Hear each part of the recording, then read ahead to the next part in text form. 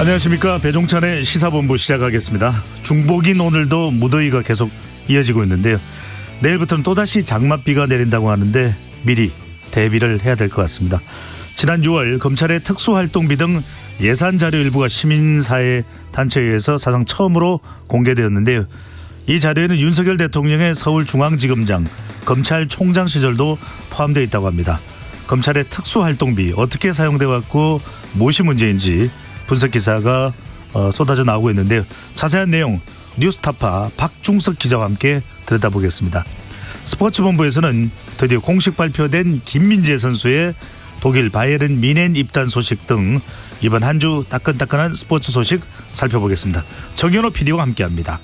7월 21일 금요일 시사본부 지금 출발합니다.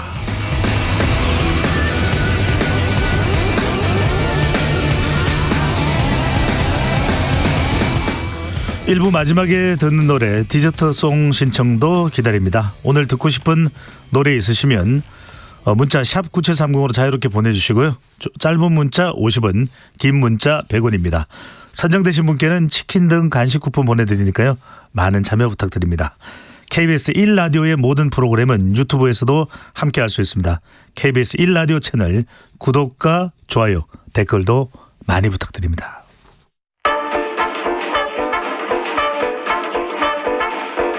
배종찬의 시사본부 한입뉴스. 오늘의 핵심 뉴스 한입에 정리하는 한입뉴스 시작하겠습니다. 박정호 오마이뉴스 기자, 미디어인권연구소 뭉클의 이봉훈 연구원 함께합니다. 어서 오십시오. 안녕하십니까. 네. 자, 이번 한 주도 참 사안이 많았습니다. 그죠? 사건들이 많았고 네. 비 피해 관련된 뉴스도 있고 정치권 소식도 있었고, 이 수해 대응 관련해서 4대강이 또 도마 위에 올랐습니다. 이번 수해의 원인을 두고서 대통령과 여당은 물관리환경부 이관, 그다음에 4대강보 해체를 지목을 하고 있는데, 마침 감사원이 문재인 정부 환경부의 4대강 보호 해체 및 개방 결정 과정을 감사한 결과가 발표됐네요. 네. 이 감사원이 금강 영산강 보호 해체와 상시 개방 관련 감사 보고서 이 내용을 내놨는데요. 이 감사는 이명박 전 대통령 측근이자 현 이제 국민의힘 상임고문, 그러니까 이재호 민주당 민주화 운동기념사업회 이사장이 대표로 했던 4대강 국민연합이 2021년 청구해서 시작된 공익 감사입니다. 네. 이 결과가 나왔는데 결론은 이 보해체 결정에 4대강 사업 반대 시민단체가 개입을 했고 보해체에 따른 경제성 평가도 부적절했다, 이런 얘기예요. 그러니까 김은경 당시 환경부 장관이 조사 평가단 구성 과정에서 재자연위원회, 그러니까 이 4대강 사업에 이제 반대하는 시민단체 4대강 재자연화 시민위원회, 여기 관련해 가지고 이 직원에게 조사평가단 구성 과정에서 재자연위와 좀 협의해라, 이렇게 지시한 정황이 발견됐다는 게 감사원의 설명이고요. 2018년 11월 환경부가 이 보처리 방안 마련을 위해 4대강 조사평가단 내 전문기획위원 구성할 때 환경부가 이 과정에서 이메일로 재자연위원회 전문가 명단을 재자연위원회에 통째로 유출했다는 겁니다.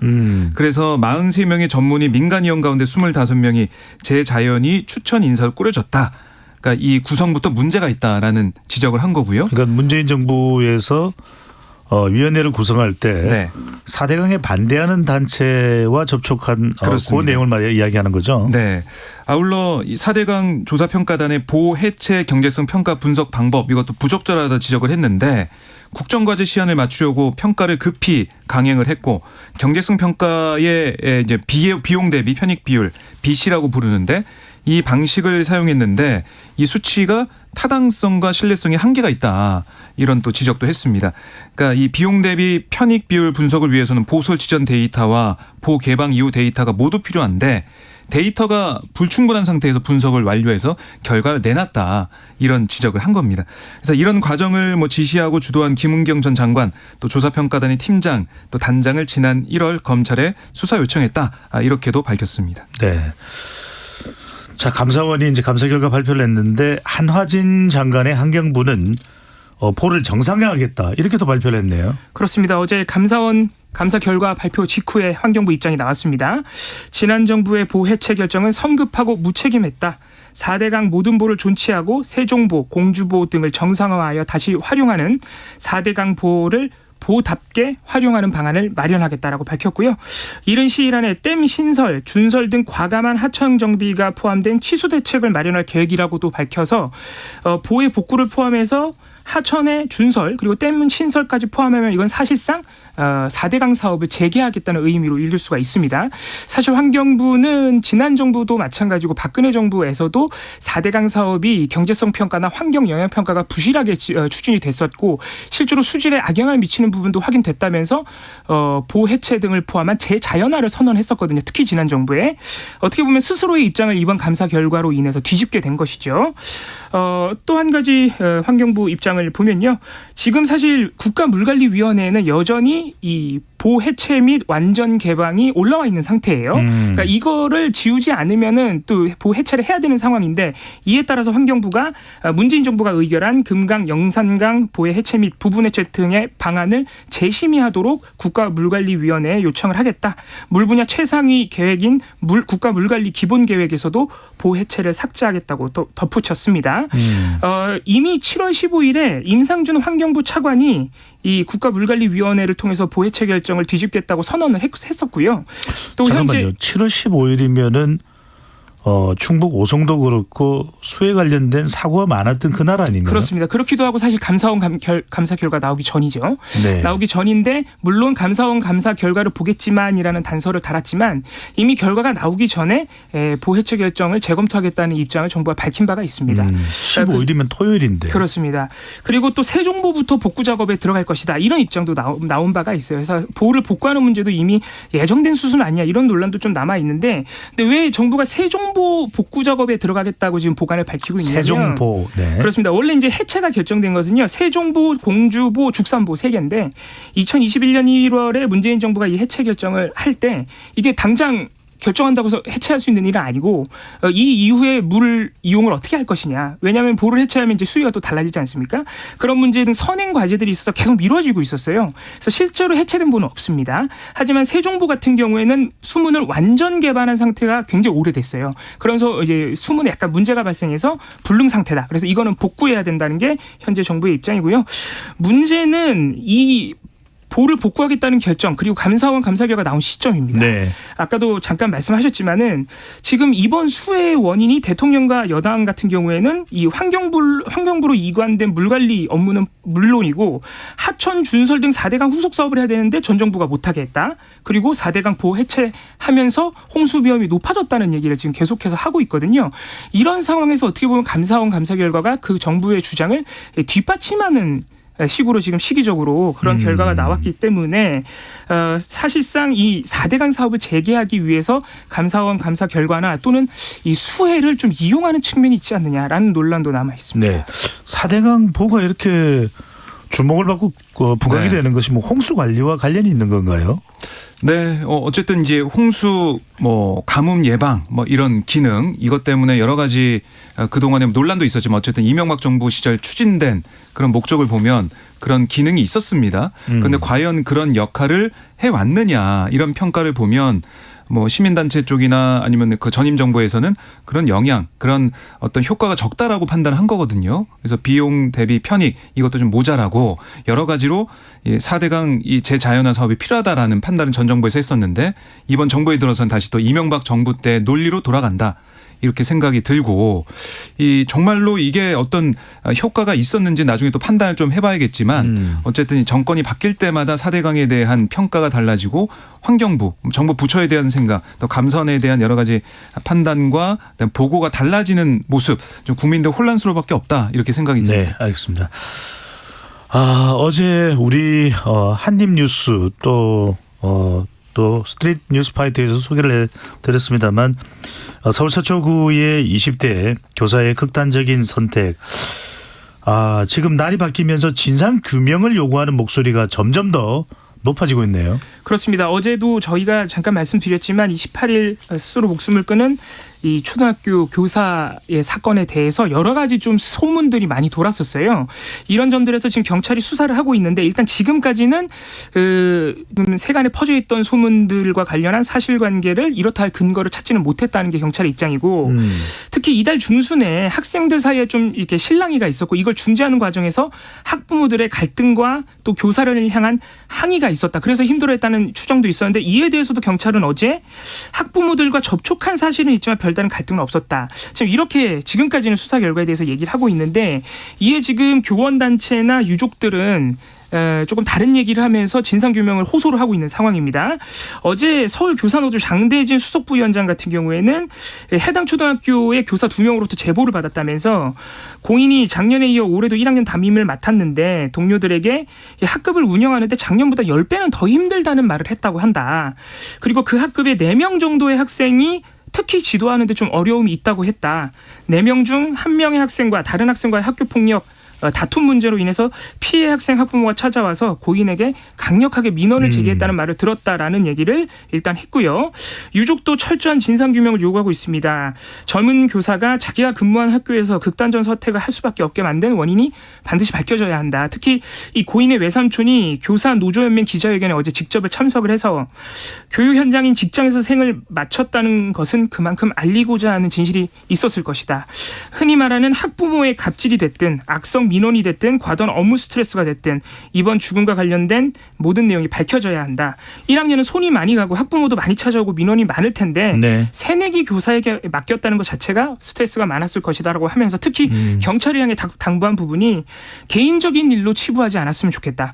공적인 공간에서 학교에서 이뤄진 일인 만큼 학교 현장의 근본적인 문제부터 해결해 주길 바란다고 당부를 했습니다. 네, 무엇보다도 확인되지 않는 이야기가 떠돌아다니는 것이 더 큰 또 논란이 될 수도 있기 때문에 좀 신중하게 또 절제된 그런 반응을 보여야 되지 않을까라는 생각이 드는데 자 진상규명 철저히 해야 됩니다. 그리고 이번과 같은 일이 재발되지 않도록 교권보호법을 강화해야 된다는 목소리도 나오고 있네요.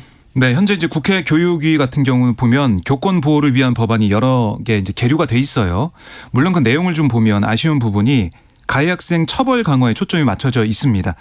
교육활동 침해 행위를 한 학생에 대한 조치 내용을 학교 생활기록부에 기재하도록 하는 그런 내용들. 네. 그러니까 가해 학생을 어떻게 처벌할 것이냐 이 얘기가 좀 많이 있어서 그런 것보다 아까 들으신 것처럼 현장 교사들이 호소하고 있는 건 뭐냐면 학교에서 벌어지는 갈등 상황.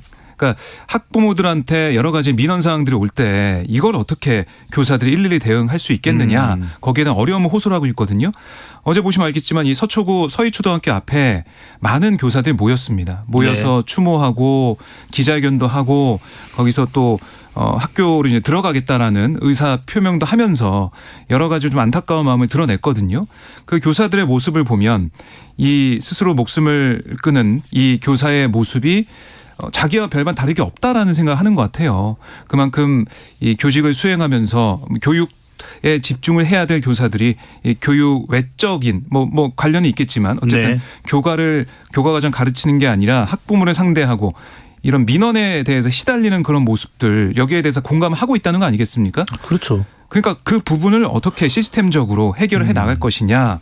그러니까 학교와 교육 당국의 지원이 어떻게 이루어질 것이냐 이게 좀 중요해 보이는 것이고요. 네. 그러니까 참 오랫동안 논의되어 왔던 일입니다. 그러니까 학생들의 고질적인 또 학부모들의 이 민원 제기를 좀 교직 경험이 많고 능수능란하게 학교 현장에서 처리해 줄 수 있는 그런 전담 교사가 배치될 수도 있는 것이고 또 많은 잡무에 시달리는 것은 학교 행정 전담 행정원을 두자 그런 이야기도 오랫동안 이게 참 안 돼요, 그죠? 네. 그러니까 여러 가지 해법도 제시가 되고 제안이 됐었는데 그게 시스템화가 안 되다 보니까 이런 또 비극적인 사건이 발생한 게 아니냐 이런 지적이 나오고 있습니다. 네. 이주호 교육부총리가 또 어떤 입장을 가지고 있는지도 상당히 궁금한데 이 부총리는 학생 인권 조례가 문제다 이런 말을 했습니다. 이주호 부총리 발언 듣고 오겠습니다. 특히 그동안 학교에서 학생의 인권이 지나치게 강조되고 우선시되면서 교사들의 교권은 땅에 떨어지고 교실 현장은 붕괴되고 있습니다. 교사들이 최선을 다해 학생들을 지도하는데 걸림돌이 되는 불합리한 제도와 관행을 과감하게 걷어내야 할 것 같습니다. 참 우리는 무슨 일이 있고 나면 어떤 관련된 조치나 발언에 대해서 상당히 왜 이럴 수밖에 없을까 하는 이야기를 하게 되는데 학생인권 조례가 뭐 여러 가지 또 정치적 성향에 따라서 갑론을박이 있는 것도 알고 있고 하지만 이 사안과 얼마나 또 연관이 있어서 그런 건지 궁금하기도 한데요. 바로 그게 이제 문제가 될 것 같습니다. 지금 이주호 부총리 입장 방금 음성으로 들어보셨지만 최근에 교사가 사망하고 또 교사가 학생으로부터 폭행당했다는 사건이 지금 잇따라 보도가 되고 있는데 그러한 교권 침해 사례의 원인이 지나치게 강조된 학생 인권 때문이다. 그러니까 다시 말하면은 학생 인권을 조금 축소해야 교권이 보호되는 것 아니냐. 이게 사실 이런 식의 인식을 노출한 것이거든요. 네. 그러면서 그 말씀하신 대로 갑론을박이 대상이 된 학생 인권을 강화하는 학생 인권 조례가 문제가 있다. 그래서 심지어 지금 이주호 부총리는 음성에는 안 나왔지만은 학생 인권 조례를 정비하겠다고 선언했어요 오늘. 그래서 교사 학생 인권을 충분히 함께 강화하고 함께 보호할 수 있는데 오히려 이거를 약간 일종의 제로섬 게임처럼 보고 있는 겁니다. 한 사람의 인권이 강화되면은 다른 한 사람의 인권은 마치 약화되는 것처럼 보고 있는데 사실 인권이라는 게 그렇지가 않죠. 그렇게 대결 구도로 볼 필요가 없고 학생과 교사의 인권이 모두 강화되는 게 맞습니다. 만약에 현장에서 최근에 이제 문제가 불거지듯이 교사와 학생 인권이 충돌하거나 교사의 이렇게 인권이 위협받는 상황이 있다면 그거는 누군가의 인권이 너무 과도하게 보호된다는 문제가 아니라 좀 더 근본적 차원의 문제가 있겠죠. 예를 들어서 우리 교육제도가 학생들을 점수로 줄 세우는 경쟁 체제로만 집중이 된다거나 네. 명문대 진학이 아니면 다른 목표가 없는 지금 이런 교육의 좀 구조적인 문제로 우리가 그거를 해결하겠다는 차원에서 접근을 해야지 누군가의 인권이 강화되어 있다는 문제로 접근하면은 좀 문제가 있다는 논란이 피할 수 없을 것 같고요. 그리고 아까 잠시 얘기를 저희도 드렸지만은 네. 지금 교육부가 어제 간담회를 하면서 이주호 부총리도 얘기했던 대안이 뭐냐면 교권 보호법, 교권 지휘법을 강화하자는 거예요. 예를 들어서 정당한 학생 지도에 대해서는 아동 학대로 보지 않는 면책을 좀 주어줘야 된다.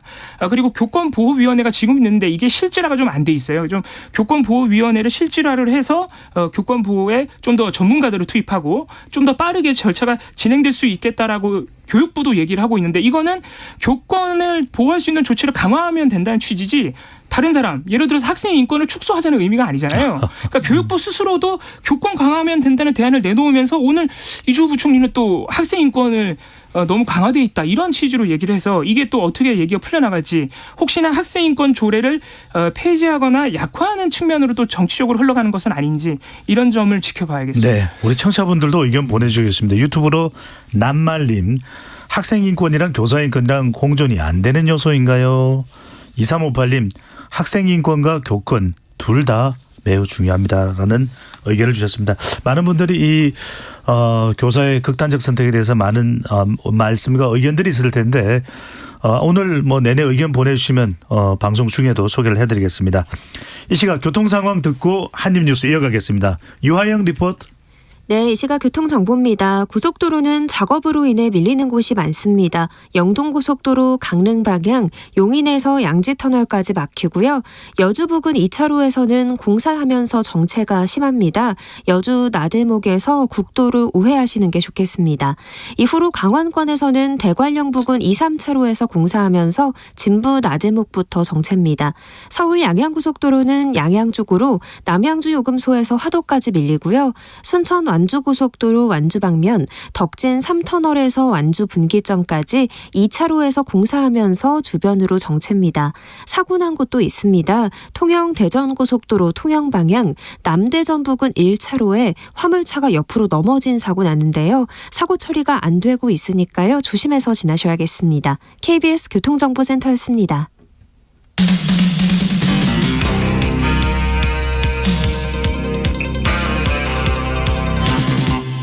배종찬의 시사본부. 박정호 기자, 이봉의 연구원과 함께 한입뉴스 이어가겠습니다. 이번엔 국회로 가봅니다. 김남국 의원에 대한 국회 윤리자문위원회의 권고가 있는데 권고 내용이 이제 발표가 됐습니다. 제명입니다.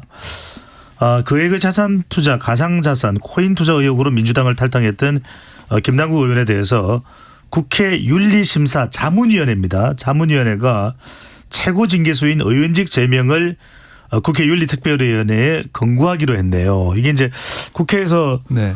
또 표결도 필요하기 때문에 받아들여질지는 어떨지 모르겠는데 네. 이거는 김남국 의원에게는 상당한 타격이라고 봐야겠죠. 네, 어제 유재풍 자문위원장이 회의 이후 기자들이 뭐라고 그랬냐면 양당, 그러니까 국민의힘, 민주당 공통으로 이 김남국 의원이 국회법상 품위 유지 의무 위반, 또 사익 추구 금지 여부 여기에 대해 심사해달라고 요구를 했고 여기에 대해서 그동안 조사도 했고 회의도 했고 장시간 토론하는 결과 제명 의견으로 결정했다라고 설명을 했는데 그럼 왜 제명 결정했냐 가장 큰 배경이 뭐냐 이렇게 네. 기자들이 물어봤어요. 그랬더니 그동안의 거래 내역 등 여러 가지를 고려했다. 그러니까 가상자산과 관련해서 제대로 소명이 되지 않는 부분이 있고 전체적으로 소명이 성실하지 못한 부분도 있는 것 같다. 이렇게도 얘기를 했습니다. 그러니까 김남국 의원이 자신의 이제 입장은 계속해서 다 보여드리겠다. 다 이제 소명하겠다라고 했지만 자문위 얘기는 그렇지 못했다라고 또 얘기를 하고 있는 것이거든요. 그래서 이 어떻게 보면은 국회법상 품위 유지 의무 위반, 그러니까 자산 과세 유예 법안 발의 이게 이해충돌 논란 소지가 있다는 거고 또 상임위 도중 상식적인 코인 거래 이건 또 품위 유지 위반이라고 본 거예요. 그래서 제명이 합당한 징계다라고 얘기를 했는데 여기에 대해서 김남국 의원은 오늘 페이스북에 글을 올려가지고 유감이다라고 얘기를 했습니다. 그러니까 뭔가 이 입장을 볼 때는 이게 자문위의 결정 객관적이고 공정한지 의문이다라고 얘기하고 있으면서 앞으로 자신의 입장 이런 계속 소명해 나가겠다 이렇게 밝혔습니다. 자문위원은 민간인이죠. 그렇습니다. 네네. 자문입니다. 자문이. 자, 자문인데 이렇게 되면은 실제 이제 최종적으로는 윤리특별위원회에서 제명 결정이 내려질지는 어떨지 모르지만 일각에서는 사퇴를 하지 않겠냐 이런 전망도 나오는데 그럴까요?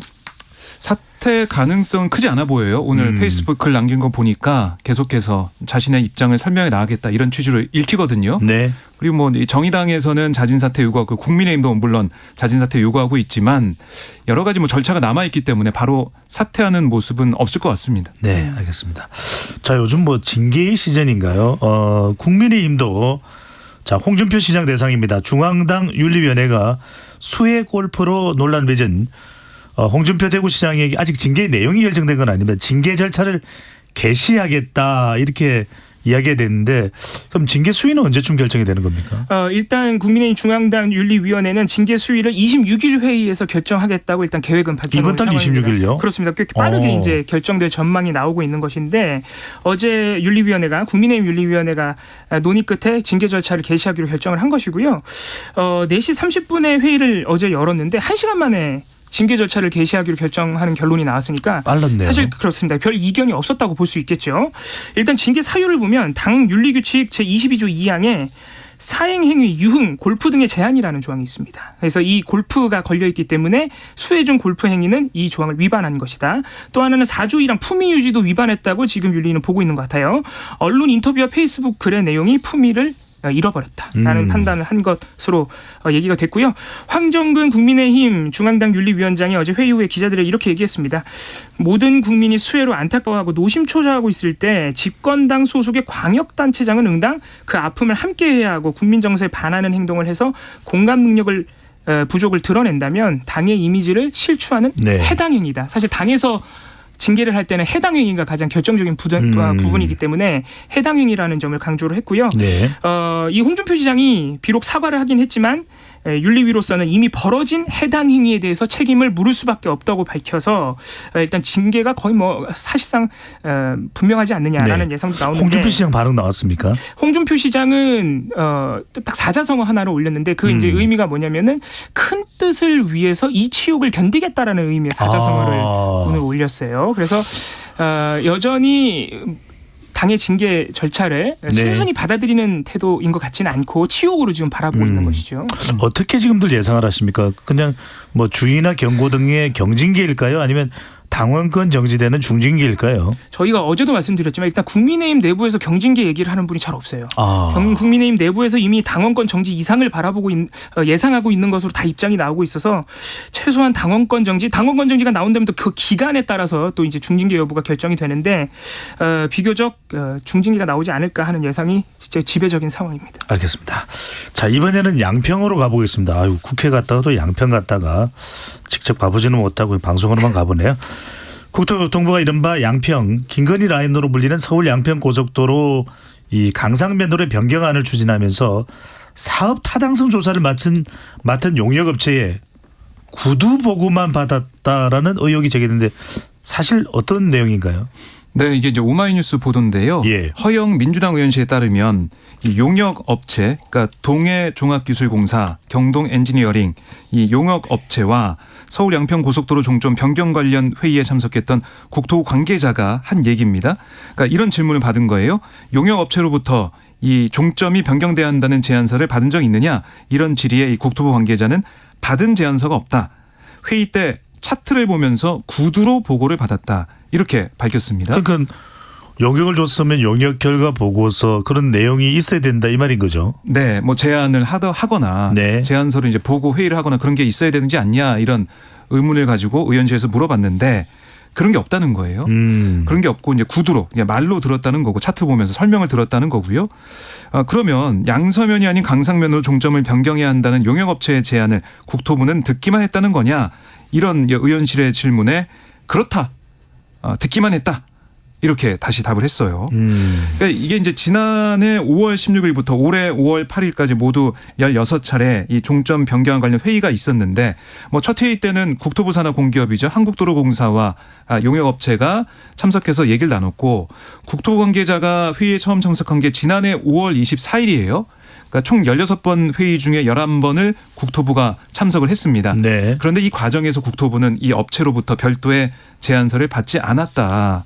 이런 얘기인데 근데 이게 좀 납득이 좀 안 된다는 거예요. 그 용역이 끝나고 나면은 뭐 보고서가 됐든 아니면은 결과가 됐든 그걸 받아야 될 텐데. 그렇습니다.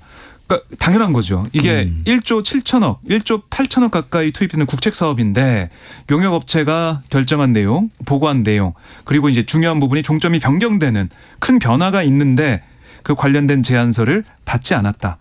별도의 제안서가 없었다. 이게 좀 상식적으로 이해가 안 간다라는 지적이 나오고 있는 겁니다. 관련해서 또 국토교통부의 정확한 또 해명도 나와야 되지 않을까라는 생각이 드는데요. 자, 또 하나 우리가 궁금했던 부분에 대한 당사자의 입장이 나왔습니다.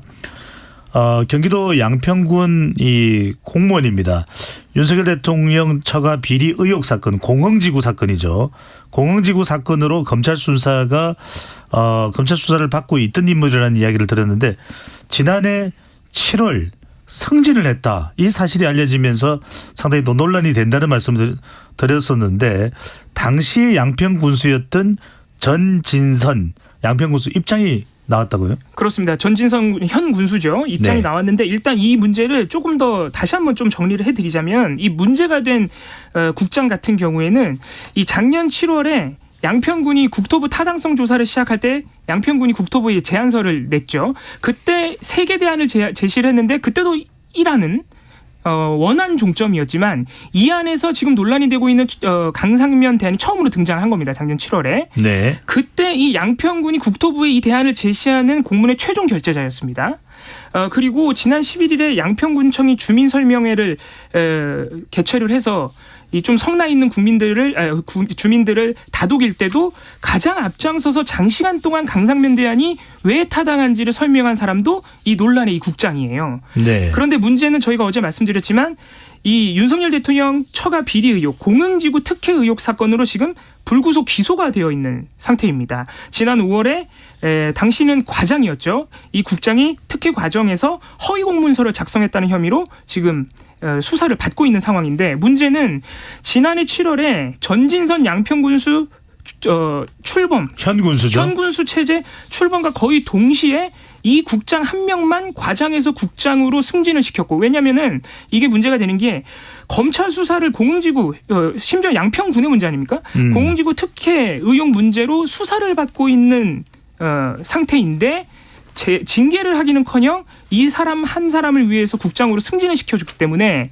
심지어는 이 사람이 강상면 대안의 최종 결재자였기 때문에 논란이 되고 있는 것인데 이에 대해서 언론이 전진성 군수에게 입장을 물었습니다. 네. 왜 이런 문제가 발생했느냐. 뭐라고 했나요? 일단은 인사 당시에는 해당 국장이 수사를 받고 있다는 사실을 몰랐다. 그 수사는 내가 관여할 일이 아니었다라는 입장을 냈고요. 네. 그리고 새로 채용할 수 있는 것도 아니고 인사 시스템과 경력에 따라 인사를 한 것이다. 인사 과정에는 문제가 없다라는 입장을 밝혔는데 일단 원포인트 인사기 때문에 그러니까 인사 과정에 대해서 물어본 건 아니고 왜 그 사람만 따로 이렇게 취임하자마자 승진을 시켰습니까라는 그렇죠. 질문이 불과- 약간 맞지 않는 불과 예. 그 당사자를 승진시키고 난 이후에 며칠 뒤에 8일 뒤에 그렇습니다. 전체 인사를 했는데 왜 맞습니다. 같이 안 하고? 그러니까 뭔가 그렇게 급한 일이 있었던 것 아니냐. 지금 강상면 대안에 또 최종 결재자로 꼽히고 있으니까. 그리고 또 한 가지는 수사받고 있다는 사실을 몰랐다는 것도 과연 양평 군수로서 이게 적절한 입장이냐. 이 부분도 논란이 좀 될 것으로 보입니다. 아주 명쾌한 또 해명은 안 되었다고 이렇게 또 볼 수가 있겠는데 알겠습니다. 자, 오늘 하나만 더 좀 살펴보면 좋겠는데요. 지난 2020년 총선 때 가장 문제가 됐던 것이 이른바 위성정당이었습니다. 준연동형 비례대표제라고 그래서 실제 거대 정당들이 악용을 하면서 또 지탄의 비판을 받기도 했는데 헌법재판소가 이 준연동형 비례대표제 위성정당 제도에 대해서 합헌이다. 법에 맞는다. 이런 결정을 내렸습니다. 이러면 내년 총선에서도 다시 또 위성정당이 재현되는 겁니까? 이게 구체적으로 좀 봐야 되는데요. 이 헌재의 판단은 뭐냐면 의석 배분 조항이 투표 가치를 왜곡하거나 선거 대표성의 본질을 침해할 정도로 현저히 비합리적인 입법이라 보기 어렵다라고 얘기를 했어요. 그러니까 공직선거법에 규정돼 있는 이 준연동형 비례대표제 여기에 대해서는 합헌 얘기를 한 거예요. 그런데 어떤 얘기를 또 했냐면 위성정당 논란은 통제해야 된다. 라고 지적을 했습니다. 그러니까 21대 국회의원 선거에서 거대 정당이 위성정당이 창당돼서 다른 어떤 때보다 양당 체제가 심한 결과를 보여줬다. 그러니까 조항이 무력화되지 않고 선거의 비례성을 확보하려면 연동을 차단하는 거대 정당의 선거 전략을 효과적으로 통제할 수 있는 제도를 마련하는 게 필요하다. 이렇게도 얘기를 했거든요. 네. 그 말은 뭐냐면 지난번에 봤던 위성정당 논란 그걸 막기 위한 제도적 장치를 국회에서 마련해야 된다. 이렇게 읽히기 때문에 글쎄요, 뭐 준연동형 비례대표제 이게 취지는 좋지만은 위성정당이라는 어떻게 보면 꼼수가 나오기 때문에 그걸 또 국회에서 어떻게 막아낼 것이냐 그건 아마 헌재도 지적했듯이 국민들도 바라고 있는 것이기 때문에 국회 논의 과정을 좀 더 지켜봐야겠습니다. 네. 그러니까 위헌은 아닌데 합헌인데 연동되지 않고 무리가 빚어지지 않도록 정치권에서 조치를 취해라. 그렇게 해석할 네. 수가 있겠습니다. 뭔가 좀 아리송한 것 같기도 하고. 네. 자, 박정호 기자 그리고 이봉우 연구원과 함께한 한입뉴스는 여기까지 하겠습니다. 잘 들었습니다. 고맙습니다. 감사합니다. 오늘의 디저트송입니다. 0795님. 다음 주부터 휴가인데 어디로 가야 할지 어디서 무엇 할지 계획은 없지만 바다를 보고 싶네요. 역시 바다군요. 떠나셔야죠. 동해든 서해든 남해든 꼭 바다 보고 오시면 좋겠습니다. 모바일 빙수 쿠폰 보내드립니다. 휴가 때는 배종찬의 시사본부 반드시 켜두셔야죠. 배종찬의 시사본부 켜두시고요. 자, 디저트송으로 신청하신 바다새의 바다새 듣고 저는 입으로 돌아오겠습니다.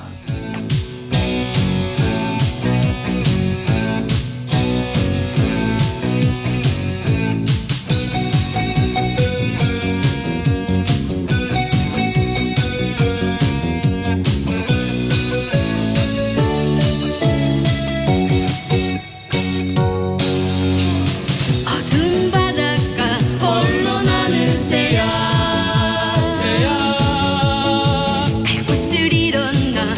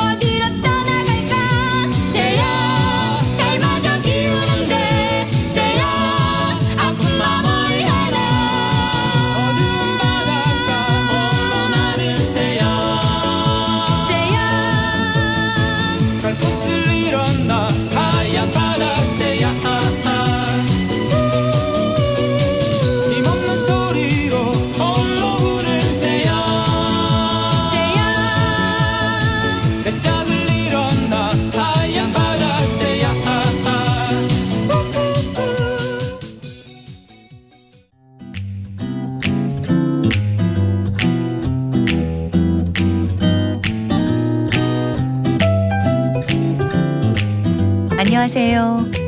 바른말 고운말입니다. KBS 1텔레비전에서 방송되고 있는 우리말 교육에 나왔던 문제를 짚어보겠습니다. 오늘은 제시되는 4개의 표현 중에서 잘못된 것을 찾아서 바르게 고쳤으면 됩니다. 자, 문제 드립니다. 살금이, 가뜨기, 뼈쪽이, 곤대로. 이 중에서 잘못된 표현은 어느 것이고 그것을 바르게 고쳤으면 어떻게 될까요? 출연자의 답에는 가드기를 가드키, 뾰족이를 뾰족히 이렇게 고친다는 의견이 있었습니다. 정답은 없고요. 이 문제는 곤대로를 간대로로 바꿨어야 정답이 됩니다. 간대로는 주로 뒤에 아니다, 안타 따위의 부정어와 호응을 해서 그리 쉽사리를 뜻하는 고유어 부사입니다.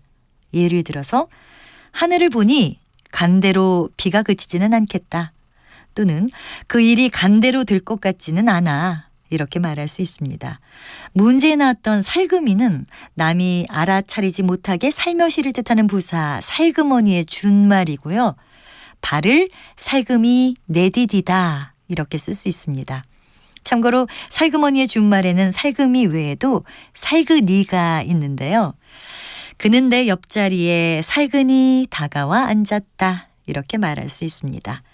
또 가뜨기는 부사 가뜻과 같은 뜻으로 쓰일 수 있고요. 뼈쪽이는 부사 뼈쪽과 같은 뜻입니다. 바른말 고운말 아나운서 였습니다.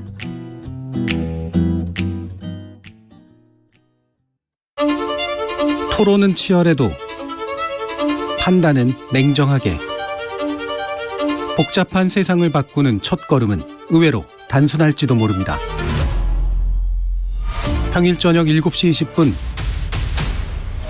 당신을 바꾸는 질문.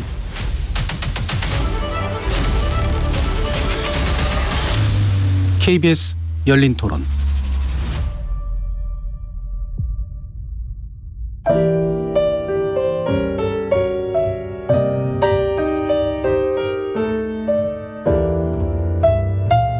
내일의 품격, 김성환의 시사야에서 챙겨가세요. 하루를 마무리하는 시간 꺼내보는 당신의 지식 창고. KBS 1라디오 김성환의 시사야. 평일 밤 10시 5분 여러분을 찾아갑니다.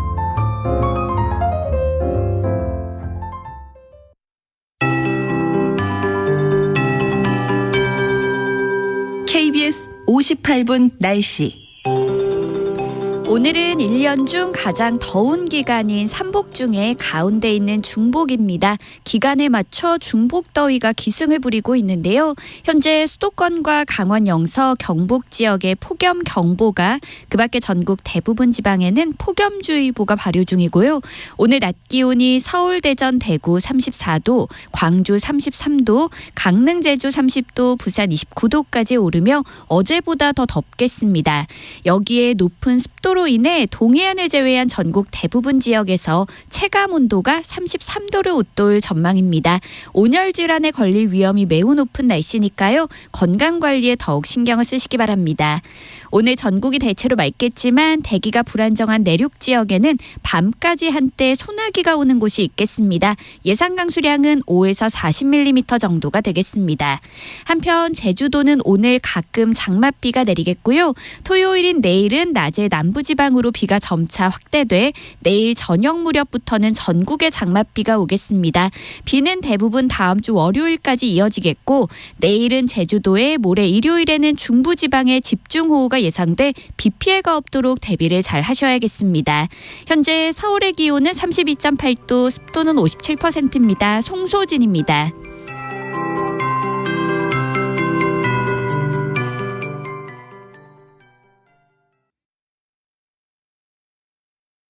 정성을 다하는 국민의 방송 KBS가 한시를 알려드립니다. AM 711kHz, FM 97.3MHz, KBS 1라디오입니다. HLKA.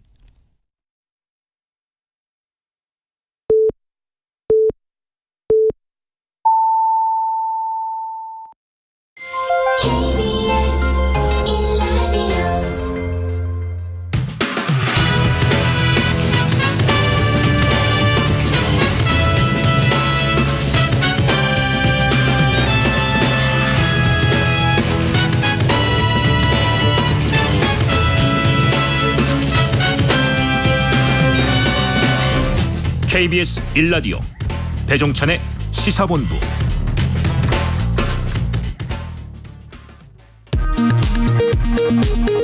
이 시각 라디오 정보센터 뉴스입니다. 전국에서 이번 집중호우로 대피한 사람 가운데 2,200명이 아직 집으로 돌아가지 못하고 있습니다. 중앙재난안전대책본부에 따르면 지금까지 호우로 인한 인명피해는 사망자 46명, 실종자 4명, 부상자는 35명입니다. 대검찰청은 호우로 인한 침수로 다수의 인명피해가 발생한 오송 지하차도 참사와 관련해 수사본부를 구성한다고 밝혔습니다. 한편 국무조정실은 이날 112 신고 사건 처리 과정에 과오가 있었다며 경찰 6명에 대해 대검에 수사 의뢰했습니다. 이주호 사회부총리 겸 교육부 장관은 최근 초등학교 교사 폭행 피해 사건과 자살 사건이 잇따라 발생한 것과 관련해 학생을 가르치는 교원에 대한 교육활동 침해는 어떠한 경우도 용납할 수 없다고 밝혔습니다. 이달 들어 20일까지 반도체와 대중국 수출 부진이 이어지며 전체 수출이 1년 전 같은 기간보다 15% 넘게 감소했습니다. 지난달 흑자로 전환됐던 무역 수지는 이달 중하순까지 적자를 기록해 올해 누적 무역 적자는 280억 달러에 육박했습니다. 지금까지 라디오 정보센터 조진주였습니다.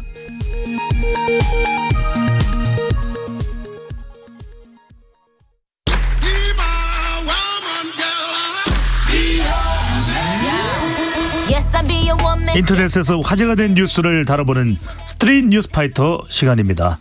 조현정 시사평론가와 함께합니다. 어서 오십시오. 네, 안녕하세요. 네, 오늘이 금요일이죠. 네. 뭐 요즘 날씨도 워낙 덥고 또 비 피해도 있고 네. 뭐 마음이 뒤숭숭하긴 한데 네. 그래도 뭐 주말 계획 세우셨어요? 근데 주말에 폭우가 온다고 해서 네. 이제 몸을 좀 조심하고 있어야 되지 않을까. 네. 네. 대비 여러분도 많이 해주시고요. 네. 그런 답변을 기대했는데 주말에는 정관용의 시사본부를 듣겠다. 그것까지 챙겨주시는 거예요? 네. 네. 네. 제 거부터 잘해야 되는데 그죠? 네. 네. 자, 최근 학교에서 벌어지는 교사 폭행 사건은 상당히 뒤숭숭합니다. 오늘도 이야기 많이 나누고 있는데 인천에서는 초등학생에게 폭행당한 교사가 119에 실려가는 사건이 있었다고요? 네, 이게 인천의 한 초등학교에서 특수학급에서 벌어진 일이에요. 네. 지난달 23일 낮 12시 40분쯤에 교실에서 이 특수학급 가르치는 교사 A씨가 당한 일인데요. 수업 중에 B양이 다른 학생에게 공격적인 태도를 보이자 이 A 교사가 주의를 줍니다. 그런데 여기에 불만을 품고 그 당시 B 학생이 의자에 앉아있던 교사 머리채로 움켜쥔 뒤에 잡아당겼고 교사가 바닥으로 넘어지면서 이제 목 부위를 다쳤습니다. 그래서 심한 통증을 호소하면서 제대로 움직이지 못해서 구급차에 실려서 병원으로 옮겨졌습니다. 근데 이전에도 이 B 학생 폭행으로 인해서 팔다리라든가 이런 몸에 상처를 입었다고 전해지고 있는데 이 A 교사 주장에 따르면 지난 4월부터 2달 동안 해당 학생에게 언어폭행, 신체적 폭행을 당했고 그럼에도 불구하고 학부모는 학생이 선생님을 싫어해서 한 행동이다라면서 책임을 교사 탓으로 돌리고 있다. 이 A 교사의 주장입니다. 네. 학교 측은 교권보호위원회를 열어서 학생에 대해서 8일간의 출석 정지 처분을 내렸는데요. 이 사건에서는 이 특수교사라는 점이 조금 이 부분이 특징이 있어요. 왜냐하면 일반 학급하고는 분명히 좀 다른 점이 존재하고 일상적인 폭력에 보다 더 좀 노출돼 있는 점이 있고요. 그리고 담당 학생들하고 이런 일이 벌어져도 계속 마주할 수밖에 없는 구조에 대한 지적이 나오고 있어요. 그러네요. 이걸 완전히 또 떼어놓을 수가 없는 그런 교육의 성격이 있네요. 네, 이게 지금 사실 특수학급 같은 경우에는 학교도 그렇고 학급도 교사도 상당히 부족한 실정이고 그래서 이번 사례 같은 경우에도 이 학생이 출석 정지를 8일 받았지만 이 8일 끝나고 나면은 여기 학교에 특수교사가 1명이라서 결국엔 또다시 마주쳐야 되는 거거든요. 이번 주 뉴스를 참 많이 나왔던 얘기인데 얼마 전에 그 서울 양천구에서 초등학생이 교사를 폭행하는 일도 있었잖아요. 네. 그러다 보니까 이게 교권 추락에 대한 사회적 공감대가 시작되는 모습입니다. 그런가 하면 최근에 이 금쪽이 논란에 불이 붙어서 요 양육 공적인 논란이라는 게 뭡니까? 그 육아 전문가 이 멘토에 대해서 이제 방송에서 계속 이제 멘토링을 해주잖아요. 네. 그 부분에 대해서 이제 전문가들 사이에서도 방법론에 대한 논쟁이 나오는 거예요. 이게 무조건적인 공감과 마음 읽기. 이런 방식이 긍정적인 방향인가? 이 부분에 대해서 물론 지금도 아직도 논쟁 중이지만 좀 고민을 시작하는 분위기가 됐다. 이렇게 읽혀집니다. 아, 이런 방법이 옳은지 그런지 네. 타당한지 어떤지.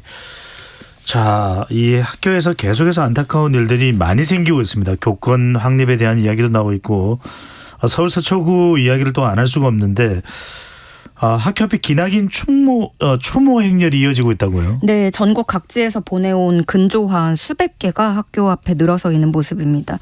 이 근조화안에는 선생님 부디 편안해지시길 바랍니다. 진상규명을 촉구한다 등의 문구가 적혀 있고요. 이른 아침부터 저녁까지 학교를 찾아와서 추모하는 발걸음도 이어지고 있는데 검은 옷을 입고 하얀 국화꽃을 쥐고 찾아온 사람들이 눈물을 흘리면서 돌아서는 모습입니다. 네. 이 중에는 멀리서 찾아온 동료 교사들이 있고요. 시민들도 있고 학부모들 또 꼬불꼬불 한 글자씩 메모를 적어서 낸 아이들도 있고요. 그리고 또 한편에서는 고성이 오가기도 했습니다. 추모 공간을 만들어달라고 하려는데 학교 측이 모든 문을 다 걸어 잠그고 있다. 이렇게 항의를 하는 일도 벌어졌고요. 그리고 또 지금 많이 보시는 뉴스들이 그 일부 학부모들의 항의도 논란이 됐어요. 어떤 한 글이 온라인에 올라왔었는데 아이들에게 트라우마가 생길 수 있으니 화환과 꽃다발을 멈춰달라. 라는 취지의 글이었습니다. 근데 요게 지금 좀 뉴스로 좀 일부 보도되는 부분들이 있는데 요거 좀 맥락을 보면 이 글쓴이도 여기 학부모지만 가슴 아픈 일이고 진실은 낱낱이 밝혀져야 된다. 하지만 학교로부터 어떤 사실도 통보받지 못했고 네. 학교 앞에 진을 치기 시작한 기자들과 유튜버들을 뚫고 어떻게 등교시켜야 할지 모르겠다. 이런 내용도 좀 자세하게 보면 있어요. 어쨌든 간 대다수의 누리꾼들에게 이제 비판을 받고 글은 내려간 상태입니다. 그리고 또 이런 일도 있었습니다. 한 교사가 추모 리본 사진을 카카오톡 프로필로 바꿨는데 학부모에게 항의를 받은 사실이 알려지면서 또 온라인에서 논란이 되고 있습니다. 이 학부모는 그 프로필 사진을 지적하면서 선생님 행동 하나하나가 다 큰 영향을 준다는 거 아시죠? 이렇게 또 경고를 했다고 하는데 이 부분에 대해서도 말이 많이 나오고 있는 상황이고요. 참 모르겠어요. 좀 말씀드리기도 조심스럽고 어떻게 네. 여러 가지 방면 그 면모가 있지만 추모하거나 이제 사람을 보내주고 어떤 일들이 벌어졌다. 이런 부분도 또 아이들로서 배워야 될 부분도 있는 것 같고요. 네. 예. 지금 이 사건은 어쨌든 그 교사 노조와 학교 측의 입장이 엇갈리고 있고 또 사망 경위에 대해서는 아직까지 제대로 나오지 않아서 소문이 너무 확산되다 보니까 저 논란이 좀 더 커지고 있는 양상입니다. 네. 이 세상에서 가장 중요한 교육은 바로 살아있는 교육 아니겠습니까? 추모는 추모대로 받아들이고 애도도 애도대로 받아들이면 되지 않을까 싶은데 5163님 추모와 애도도 교육의 하나입니다라는 말씀을 주셨습니다. 요즘 모든 게 첫 단추부터 잘못 끼워지지 않았나 이런 생각까지 들기도 합니다. 또 다른 소식 알아볼까요? 서울시 공무원 노동조합이 9급 공무원 초봉 인상을 요구하고 나섰는데요. 신규 공무원 보수가 최저임금도 안 된다고 호소를 하고 있네요. 네, 이 서울시 9급 1호봉 처음 신규로 들어갔을 때 받는 돈이 세후 월 168만 원. 깜짝 놀랐습니다. 네, 많이 차이가 나네요. 죄송합니다. 네네. 예, 월 168만 원 수준이라는 겁니다. 세후 서울시 9급 1호봉 기준입니다. 네. 그런데 이제 내년도 최저임금이 결정됐잖아요. 9,860원으로. 이거를 월급으로 환산을 하면 월간 209시간을 일했다고 했을 때 206만 740원 수준이라는 거예요. 그러면 거의 40만 원가량 차이가 난다는 거죠. 그래서 서울시 공무원 노조는 정부가 공직 이탈을 조장하고 있다라고 주장하고 나섰습니다. 근데 여기서도 또 좀 따져볼 옵션들이 있죠. 왜냐하면 공무원은 일단 별도로 최대 18종의 수당을 받고 있고 네. 그래서 온라인에서는 이 각종 수당을 전부 영원 처리해 놓은 게 제대로 된 명세서냐. 그럼 일반 기업 와봐라. 저절로 승급되는 호봉제 아니냐 공무원은. 그럼 돈 덜 버는 거 알고도 안정성 찾아간 거 아니냐. 이 부분은 참 공무원 이런 얘기가 나올 때마다 되풀이되는 그런 주장들인데 이런 또 볼멘 소리가 나올 법도 하네요. 하기는요. 네, 그렇죠. 너무 적다라는 주장도 이해가 가는 부분이고 또 그렇지만 이게 또 그 최저임금 월급이랑 또 따져봤을 때 사실은 이 자영업자들이나 이런 특고직 분들은 4대 보험 적용이 안 되기 때문에 특수고용직입니다. 네, 그래서 요거를 또 비용을 개인이 충당해야 되는 부분이 있기 때문에 요 40만 원 수준으로 이렇게 단편적으로 볼 부분인가 요 부분에 대해서도 또 얘기가 있고요. 그럼에도 불구하고 이제 확실한 지표는 최근에 청년층에게서 공무원에 대한 선호도가 확연히 떨어지고 있다는 지점입니다. 한때 정말 인기 많았잖아요. 네. 네. 부모님들의 소원도 자녀가 공무원 되면은 정말 좋겠다. 이런 게 많았는데 다 뭐 노량진으로 가서 네. 컵밥을 먹는다고 할 정도였으니까요. 저때 진짜 공시생들이 넘쳐났던 것 같아요. 그래서 한때 100대 1에 가까웠던 이 구급 경쟁률이 30년 만에 가장 낮은 수준을 기록했습니다. 조직에서도 공무원 공시를 준비했었던 건가요? 그렇진 않습니다. 예. 네. 그 이번에 30대 1 이하로 내려간 게 1992년 이후에 처음인데 그래서 이렇게 공시 경쟁률 자체도 떨어졌고 근무하고 있던 공무원들의 이탈도 올라가는 양상이에요. 그래서 서울시 지방공무원 중에 스스로 그만둔 사람이 3년 전과 비교하면 2배가량 증가했다는 소식입니다. 네. 자, 소식 하나만 더 알아볼까요? 워낙 또 듣고 요즘에 폭염이 기승을 부리고 있어서 너무 더워요. 지구가 뜨거워지고 있다는 말이 계속 나오는데 이란입니다. 이게 중동 인근에 있는 이란, 이라크, 네. 이란 말씀이죠. 이란은 체감 온도가 66.7도? 네. 저는 정말이에요? 지금도 더운데 진짜입니다. 예. 지금 외신들 전 세계 외신들이 다 이 부분에 대해서 주목을 하고 있는데 우리가 왜 살인적 폭염이다 이런 말 뉴스에서 네. 비유적인 표현을 썼잖아요.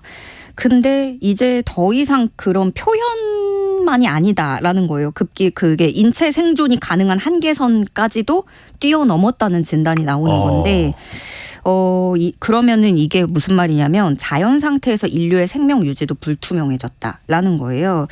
지금 세계 곳곳에서 관측되는 무더위 정도가 신장 위구르 자치구하고 미국 캘리포니아 데스밸리 국립공원에서 관측된 기온이 52도, 53도였습니다. 섭씨. 그 역대 최고점을 찍었고 이 이란에서는 지난 16일에 말씀하신 대로 체감 온도가 66.7도. 이게 측정마저 힘들 정도라서 그 과학자들이 체감 더위를 섭씨 66.7도로 추정을 한 거라고 해요. 예. 그러니까 65도까지 치솟은 거는 사실이고 그래서 좀 뭐 곳곳에서 사망자도 속출하고 있는 상황인데 그 여기서 또 주목해볼 부분이 전 세계 노동 환경이 바뀔지에 대해서도 좀 관심 가져볼 만한 대목입니다. 그건 무슨 이야기인가요? 그러니까 남유럽에서는 노동자들 사이에서 나 너무 더워서 이대로는 우리 이렇게 일 못한다. 하고 아우성을 시작했고요. 네. 그리스 아테네 역사 유적지에서는 직원들이 폭염 파업에 나섰습니다. 또 이탈리아 노조 총연맹도 폭염을 이유로 정부의 대책을 촉구하고 나섰고요. 그래서 이제는 좀 일하는 방식이 예전과는 달라져야 된다라는 목소리가 높아지고 있는 건데 독일의 공중보건협회에서는 그 낮잠 문화죠. 시에스타를 도입해야 된다. 왜냐하면 이게 남유럽 국가들의 전통인데. 네, 스페인이죠. 시에스타는. 네. 그러면 우리도 이제 남유럽화 되는 거라면 기온이 그렇게 된다면 그 전통을 따라야 된다. 너무 더우니까. 네. 우리도 이게 더워지면은 네. 낮잠을 자면서 배종찬의 시사본부를 듣는. 네. 그럼 소장님은 안 주무시나요? 자제하겠습니다. 네.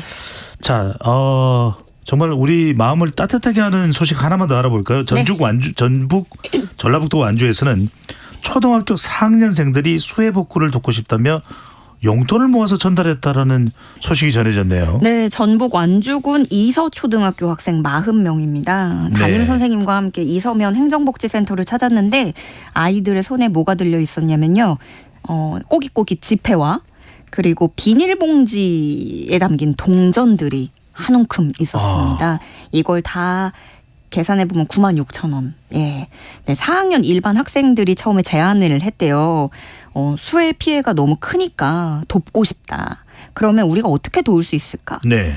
집에서 쓰지 않는 물건을 학교에서 장터를 열어서 판매를 하고 그 수익금으로 도와보자.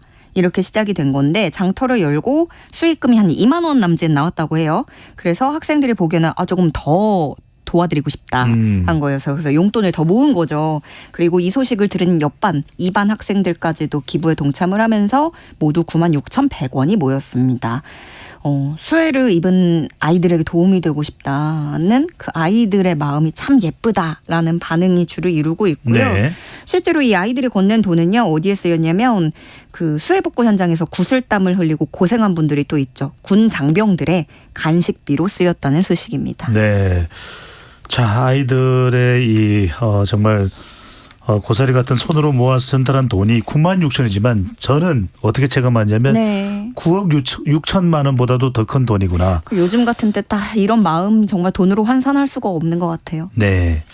KBS 1라디오는 이런 학교 이름 한 번 더 이야기해 줘야 됩니다. 전북 완주군 네. 이서 초등학교 학생들입니다. 대단하고 칭찬합니다. 네. 네, 지금까지 조현정 시사평론가와 함께했습니다. 고맙습니다. 고맙습니다.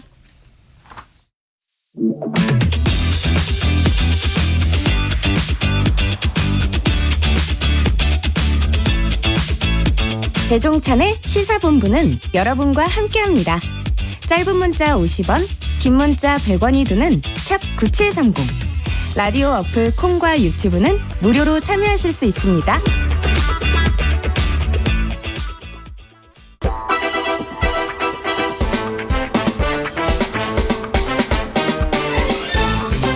지난 6월 23일입니다. 뉴스타파와 세 곳의 시민단체가 정보공개 행정소송을 통해 사상 처음으로 검찰의 특수활동비 등 예산자료 일부를 받아서 세상에 공개했습니다. 수십 년 동안 감춰져 있던 검찰의 예산 성역, 그 뒤에 어떤 진실이 있었는지 뉴스타파 박중석 기자와 이야기 나눠보겠습니다. 어서 오십시오. 안녕하세요.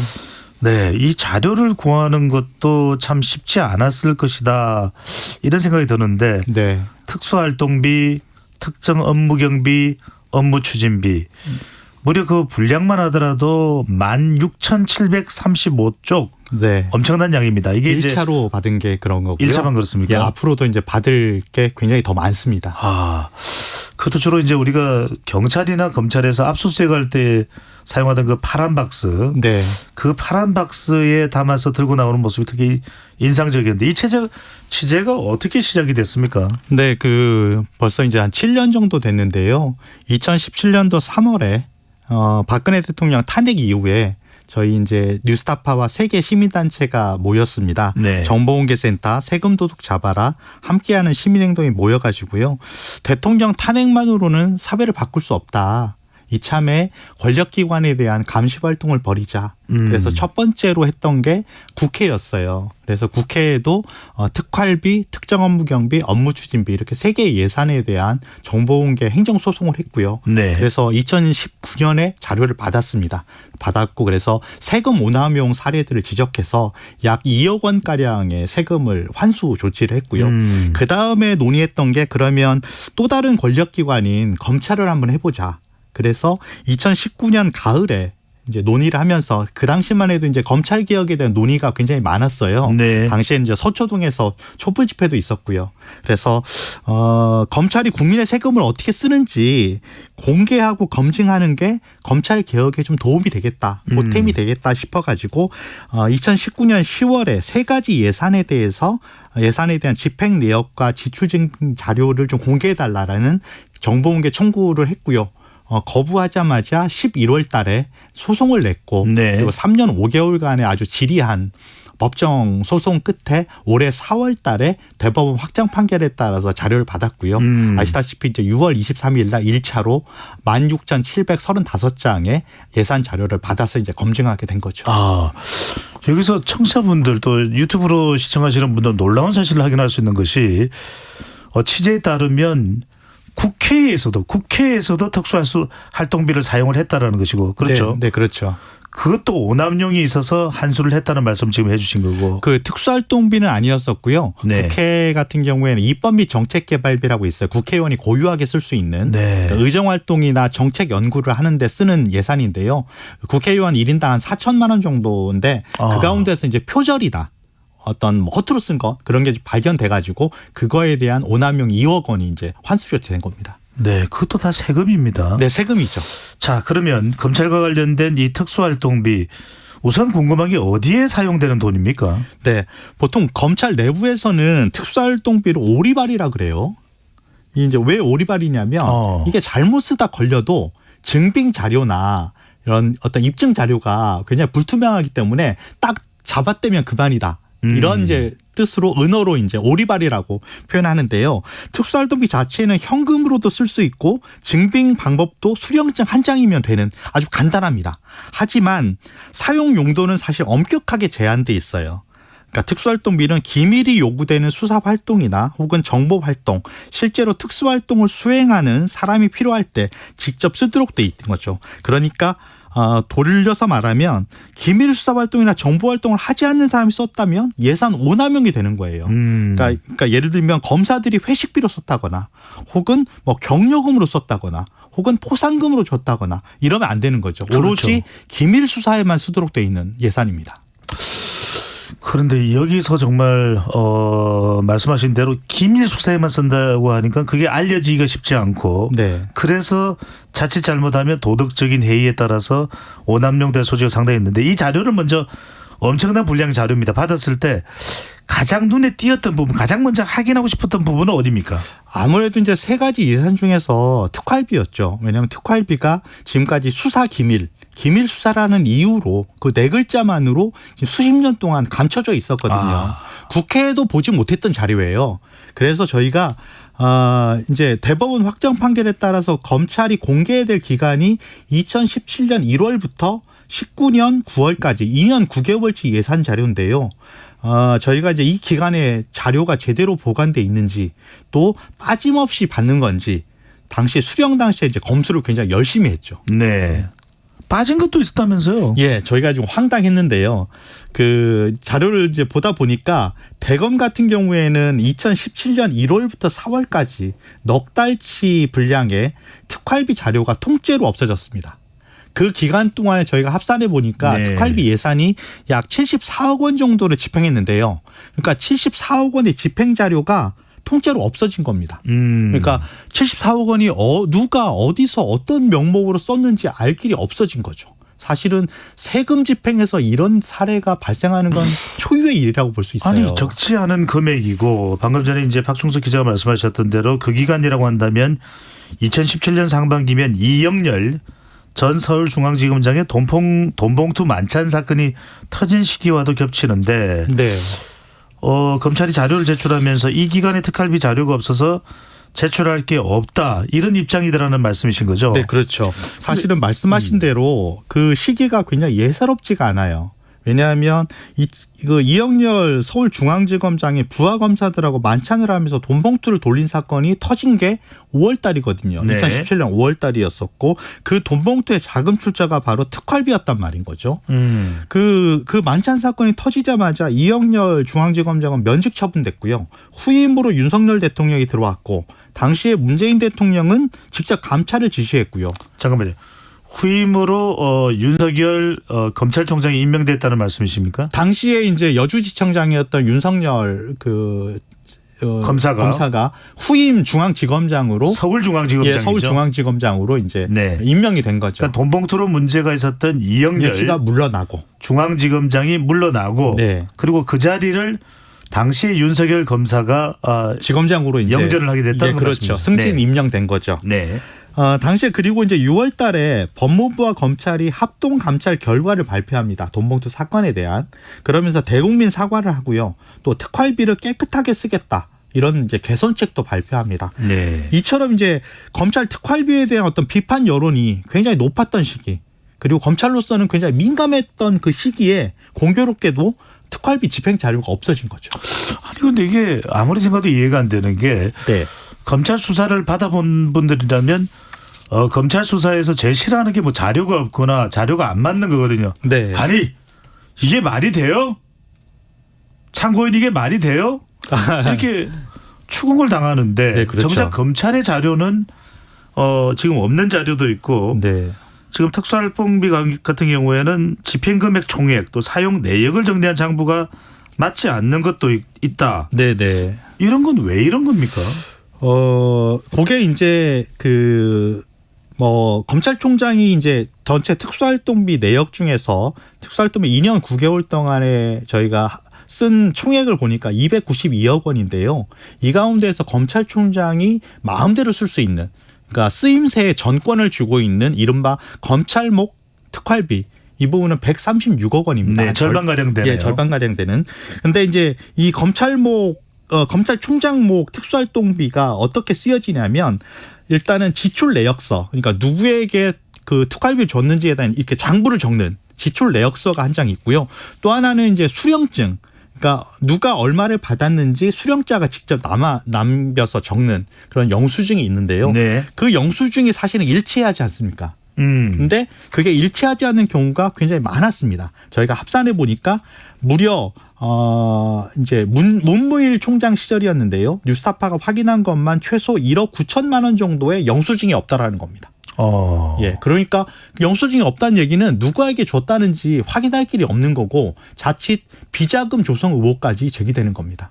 또 하나는 앞서 얘기한 대로 그 지출 내역서와 영수증이 맞아야 되잖아요. 그런데 문무일 총장의 임기가 23개월이었거든요. 2017년 7월부터 2019년 7월까지 23개월 동안인데, 그중에서 20개월치가 그게 안 맞는다라는 겁니다. 영수증이 부족하거나 뭐 이런 게 발생해서 엉터리 회계가 발생했고, 따라서 회계 부정 의혹들이 제기되는데, 이 부분에서는 검찰이 뚜렷하게 지금 해명을 못하고 있는 거죠. 만약에 이렇게 다른, 예를 들면 공공기관에서 이렇게 아까 말씀드렸다시피 74억 원의 집행자료도 없어지고, 또한 그 회계자료도 불일치하는 상황이 만약에 다른 공공기관, 가령 KBS에서 만약 이런 일이 벌어졌다면 검찰이 가만히 있었을까요? 그럼에도 불구하고 검찰은 과거 자료가 그냥 부족하다, 원래 예산 지침이 없었기 때문에 제대로 관리 못했다라는 원칙적인 얘기만 하면서 구체적인 해명들은 얘기 안 하고 있는 거죠. 박 기자님, 이 특활비 관련해서 궁금증이 있으실 때, 지금 자료를 바탕으로 할 때 그런 궁금증은 누구에게 질문하십니까? 저희가 사실은 특활비가 이게 전문가가 따로 없습니다. 지금까지 특활비를 받던 사람들은 실제로 집행했던 검찰 내부의 아주 고위 검사들만 알고 있었고요. 그러니까 저희가 행정소송 중에서도 대검의 공판 송무부 검사들이 와서 피고 측인 검찰 측을 대리해서 이제 진술을 하고 법정에서 이제 여러 가지 얘기를 하는데요. 네. 그 검사들, 대검의 공판 송무부 검사들도 자기들은 특활비 자료를 본 적이 없다, 이렇게 말할 정도였습니다. 그러니까 뭐 문제시 되고 관련해서 따져 물어야 될 게 있더라도 답할 사람조차 제대로 없는 것이네요. 네네. 그러니까 제가 한 가지만 더 말씀드리면요. 이게 이제 그 자료가 없어졌다는 거 아까 말씀드렸잖아요. 근데 이제 이게 저희는 조직적인 이제 무단 폐기로 보는데요. 왜냐하면 대검과 서울중앙지검뿐만 아니라 저희가 확인해 보니까 서울 동부지검, 서부지검, 서울고등검찰청 등에서도 비슷한 시기인 2017년 1월부터 8월 사이에 집단적으로 없어졌단 말이죠. 게다가 이 시기에 적법한 폐기 기록을 했느냐라는 심의 결과를 봤더니 적법한 폐기 기록도 없단 말이에요. 네. 그렇다면 이 시기에 누군가의 지시를 받아서 조직적으로 무단 폐기했을 가능성이 굉장히 높아지는 거죠. 그런 의혹까지 있는 상황이고요. 네네. 자, 또 집행된 특활비 지급 내역을 보면은 64곳에서 65곳 정도는 정기적으로 지급이 된 것을 알 수 있다고 했는데, 전국의 검찰청이 한 65곳 정도 됩니다. 검찰청이. 검찰청이라고 지방검찰청이라고 이름 붙는 곳까지 포함하면, 그러면 계속 이 지역에는 정기적으로 이렇게 특활비가 배분이 되어 왔다고 보면 될까요? 네, 매달 초에 되면 저희가 2017년 1월부터 2019년 9월까지 자료인데요. 그 중간에 수원 고검이 하나 생깁니다. 개청이 되는데, 그래서 이제 65개 검찰청인데, 이 65개 고등검찰청, 지방검찰청, 지청에 따박따박 매달 초가 되면 일정한 비율로 금액이 나가고 있었어요. 그게 그러니까 인원수라든지 뭐 그렇죠. 그 검찰청의 검찰 배치표에 따라서 일정하게, 그러니까 서울중앙지검이 가장 많았을 거고요. 그렇게 해서 일정한 비율로 해서 내려간 게 2년 9개월 동안 한 80억 5천만 원 정도입니다. 문제는 이제 이렇게 과연 긴급한 수사, 기밀 수사가 전국 지방경찰청에 일률적으로 발생한 거냐. 이런 게 그냥 나눠먹기로 정기적으로 나눠준 게 아니냐 이런 의심을 할 수밖에 없는 거죠. 규모나 비율에 따른 n분의 1 정도의 개념일 그렇죠. 수가 있다. 그러면 그걸 받아서 뭐 받아가는 사람이야 누가 받아가는 사람이 있겠죠. 그러면은 네. 그 지방 검찰청의 장이 네. 장의 관할하에 어떤 식으로 사용이 됐다 이렇게 봐야 될까요? 그렇죠. 그 부분은 이제 추후에 제가 좀 말씀드리겠습니다만은 저희가 65개 지방검찰청에 대한 정보공개 청구도 해놨어요. 그래서 그 정기 직업분이 지검장이 받아가지고 실제로 어떻게 썼는지에 대한 이제 검증은 이후에 저희가 지금 계속 받고 있기 때문에 그건 이제 검증을 좀 해봐야 될 것 같습니다. 다만 이제 그 정기 지급분 65개 지방검찰청에 내려간 정기 지급분 외에 재밌는 건 뭐냐면 저희가 의문의 15명이다라는 표현을 좀 그게 썼는데요. 무슨 말씀입니까? 뭐냐면 저희는 이제 특정 지위에 있는 사람, 그러니까 예를 들면 검사장급 이상의 고위 검사들 네. 혹은 특정 부서에 있을 것으로 추정되는 15명에서 많게는 22명, 보통은 15명에서 17명 사이가 따박따박 매달 고정적으로 평균 2억 원이 넘는 돈을 현금으로 받았다는 사실을 확인했어요. 그건 개인적으로 받아갔다는 이야기가 되는 거 아닙니까? 그렇죠. 수령자가 이제 개인적으로 받아간 거죠. 다만 그게 특정 지위에 있는 사람이거나 특정 부서에 있는 사람일 것으로 추정됩니다. 그 받은 돈이 월 평균 2억씩 해서 총 45억 4천만 원 정도가 받아갔는데요. 이 사람들이 과연 어떤 명목으로 받아갔는지 이런 부분은 사실 규명해야 될 사안이에요. 네. 오늘 이따가 인터뷰 막바지에 검찰의 입장은 뭔지도 한번 취재되신 내용을 들어볼 텐데. 네. 자, 이번에는 윤석열 대통령의 이제 검사 시절에 관련 내용입니다. 네. 말씀하셨던 대로 이 자료를 받은 기간이 2017년 1월, 2017년 1월이니까 문재인 정부가 시작하기 전부터 2019년 9월 문재인 정부가 시작되고 난 이후 기간까지 윤석열 대통령의 이 서울중앙지검장 또 일부 검찰총장 재임 시기와 맞물리는데 자, 윤석열 대통령이 검사 시절에 관련된 특수활동비 사용 내용 이건 뭐 취재된 내용이 있습니까? 저희가 이제 지금 금방 말씀하신 대로 이제 2017년 1월부터 2019년 9월까지 공개 기간 동안이었고요. 네. 주로 대검찰청에서의 검찰총장의 특수활동비를 집중적으로 이제 검증하다 보니까 당시에 검찰총장이 세 분이었어요. 그러니까 김수남, 문무일, 윤석열 이렇게 세 분이었는데요. 김수남 총장은 좀 짧은 기간이었죠. 김수남 총장 짧은 데다가 1월부터 4월까지인데 5월까지인데 그 기간에 공교롭게도 대검의 자료가 없잖아요. 없어져 버렸기 때문에 김수남 총장은 아예 검증이 불가했고요. 예. 또한 윤석열 총장은 그 2017년 8월부터 9월 두 달치밖에 공개가 안 됐습니다. 그래서 사실상 검증을 좀 불충분하게 할 수밖에 없었고요. 저희가 19년 10월부터의 자료는 곧 자료를 이제 받기로 했습니다. 그래서 이제 이 부분은 이제 본격적으로 윤석열 검찰총장 시절에 특수활동비를 어떻게 썼는지는 곧 검증 결과를 저희가 발표할 거고요. 네. 다만 온전하게 기간이 남아 있는 그 문재인 정부에서의 초대 검찰총장이었던 문무일 씨에 대한 검증에 이제 집중을 했던 거죠.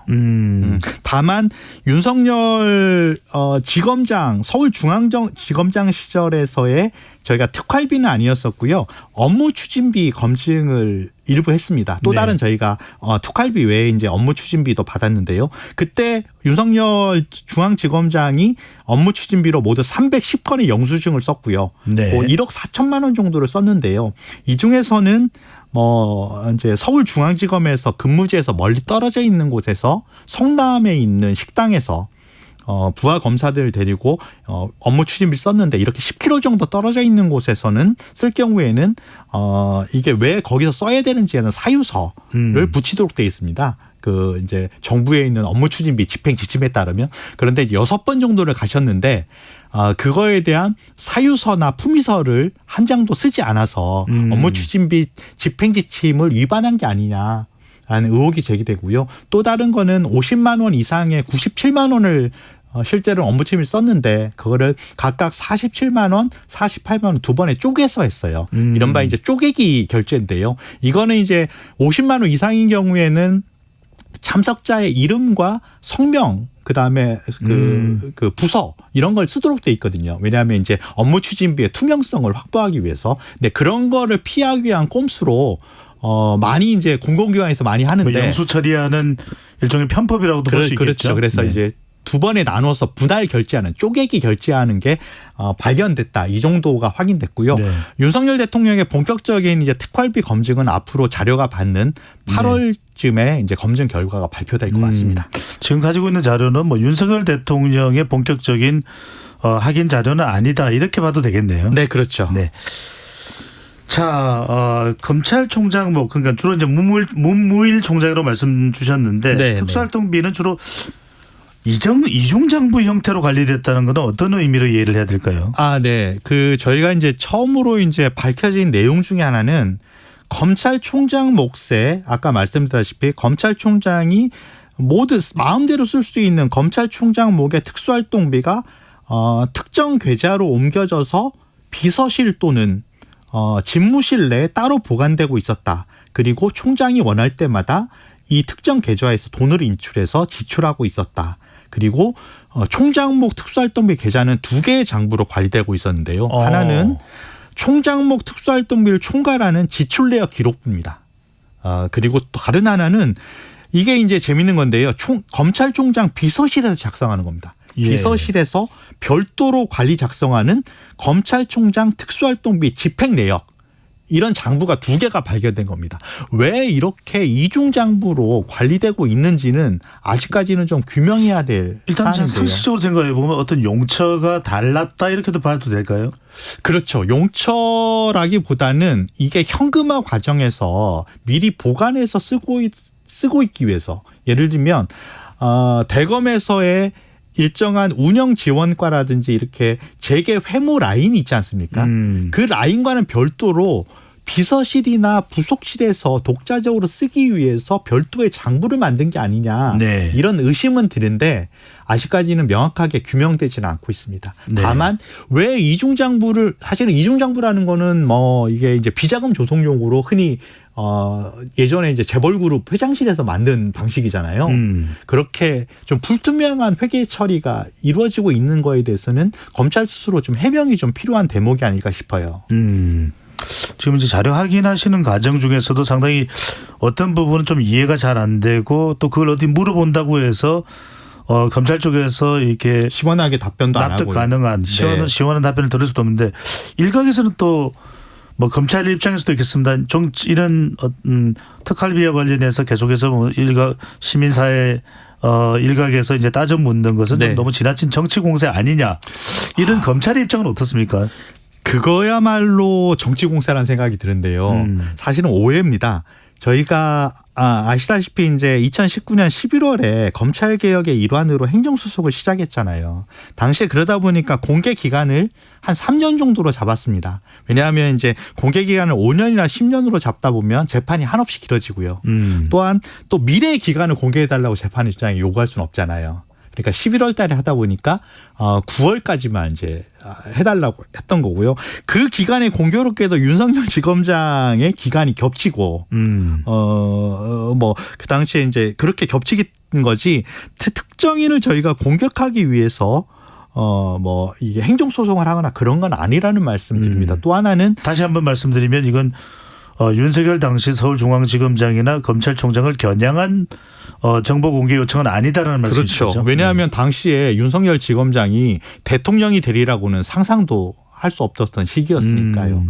공교롭게도 당시 행정소송의 피고인이었던 왜냐하면 저희가 피고가 서울중앙지검장과 검찰총장이었거든요. 네. 그 사실상 피고인이었던 윤석열 지검장이 공교롭게도 2년 후에 대통령에 당선되면서 이 사안이 좀 커졌을 뿐이지 애초부터 윤석열 대통령을 겨냥했던 건 절대 아니다.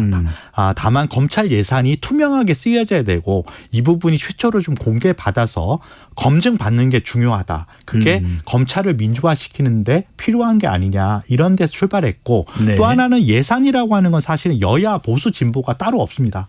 예산의 오남용이라는 건 누구나 지적할 수 있는 거죠. 네. 자, 참 이게 쉽지 않은 일을 해 나가고 계시는 건데 자, 일단은 2019년 9월까지의 자료를 받아냈고 그 네. 이후의 자료도 이제 곧 받아내실 예정인데 네. 정보 공개가 일부는 지금 말씀하셨습니다만 우리 사회에 또 어떤 의미가 있다고 좀 강조를 해 주실 수 있는지, 또 하나 예. 앞으로도 관련해서 뭔가 좀 더 보완이 될 필요가 있고 공개돼야 될 또 다른 성역이 있다면 무엇인지도 함께 이야기를 해 주시죠. 예, 좀 아무리 강한 권력기관이라도 그 활동 예산을 공개해서 주권자의 감시를 받아야 한다라는 사실이 이번에 좀 확인된 것 같아요. 그런 점에서 사실은 저희가 약간의 퍼포먼스로 파란색 압수수색 박스를 이제 검찰로부터 자료를 받을 때 선보였던 거고요. 그거는 어디서 구하신 겁니까? 저희가 임의로 제작했던 겁니다. 직접 제작을 하셨다고요? 예, 제작을 했습니다. 몇 개 얻을 수는 없죠. 예. 네. 직접 검찰로부터 얻지 못했었고요. 네. 그래서 수십 년간 아무도 보지 못했던 검찰의 어떤 예산 자료, 특히 특활비가 사실은 자의적이고 또 엉망진창이고 엉터리로 쓰여지고 있다는 사실이 드러났고요. 네. 또한 무단 폐기 등 같이 범죄와 같은 행위도 벌어졌다는 사실이 여실히 드러난 겁니다. 그래서 사실은 이번 기회를 통해서 검찰을 민주적으로 개혁하는 하나의 계기가 좀 만들어졌다라고 단초가 됐다라고 생각하는데요. 그거는 특별한 권력기관인 검찰을 보통의 행정기관으로 탈바꿈시키는 좀 계기가 되는 게 아니냐. 다만 그러기 위해서는 지금 현재 불거지고 있고 드러나고 있는 특활비 문제를 반드시 고쳐야 된다. 이게 쌈짓돈처럼 고위 검사들의 쌈짓돈처럼 쓰고 있는 실태, 그리고 주권자인 국민의 세금을 내고 있는 주권자가 이 사실을 모르고 있다라고 하는 거는 좀 문제다. 그리고 더더군다나 고치지 않으면 검찰이 과연 제 역할을 할 수 있겠나, 그런 생각마저 들거든요. 왜냐하면 세금 수사들이 많잖아요. 네. 그런 세금 수사를 과연 제대로 하겠는가. 이런 부분에서라도 검찰의 신뢰 회복을 위해서라도 특활비 문제는 이번에 발본색원을 하고 대대적인 개혁을 해야 된다라고 생각을 하고요. 또 하나는 이제 성역 말씀하셨는데 그 부분은 사실 많죠. 왜냐하면 특활비 쓰는 데는 이제 아까 국회도 특활비를 쓴다고 했잖아요. 네. 하지만 대통령실도 쓰고 있거든요. 그리고 국세청 감사원도 있고요. 그런 부분도 이제 앞으로 계속 하나하나 이제 검증해야 되는데 저희가 당분간은 좀 검찰에 집중할 수밖에 없을 것 같아요. 왜냐하면 65개 지방검찰청이 정기 배분된 그 80억을 어떻게 썼는지 검증하려면 그것도 해야 되고요. 네. 또 2019년 10월 이후에도 또 해야 돼서 당분간은 좀 검찰이 집중할 수밖에 없고 저희가 8월 중에도 2차 검증 결과를 보도할 텐데요. 예. 지켜봐 주셨으면 좋겠습니다. 알겠습니다. 청취자분들은 어떻게 생각하시는지요? 저는 용돈 쓰기도 쉽지가 않은데, 네. 자, 이분의 이름과 이분의 활동을 꼭 기억해야 될 것 같습니다. 뉴스타파 박중석 기자와 함께했습니다. 잘 들었습니다. 맞습니다.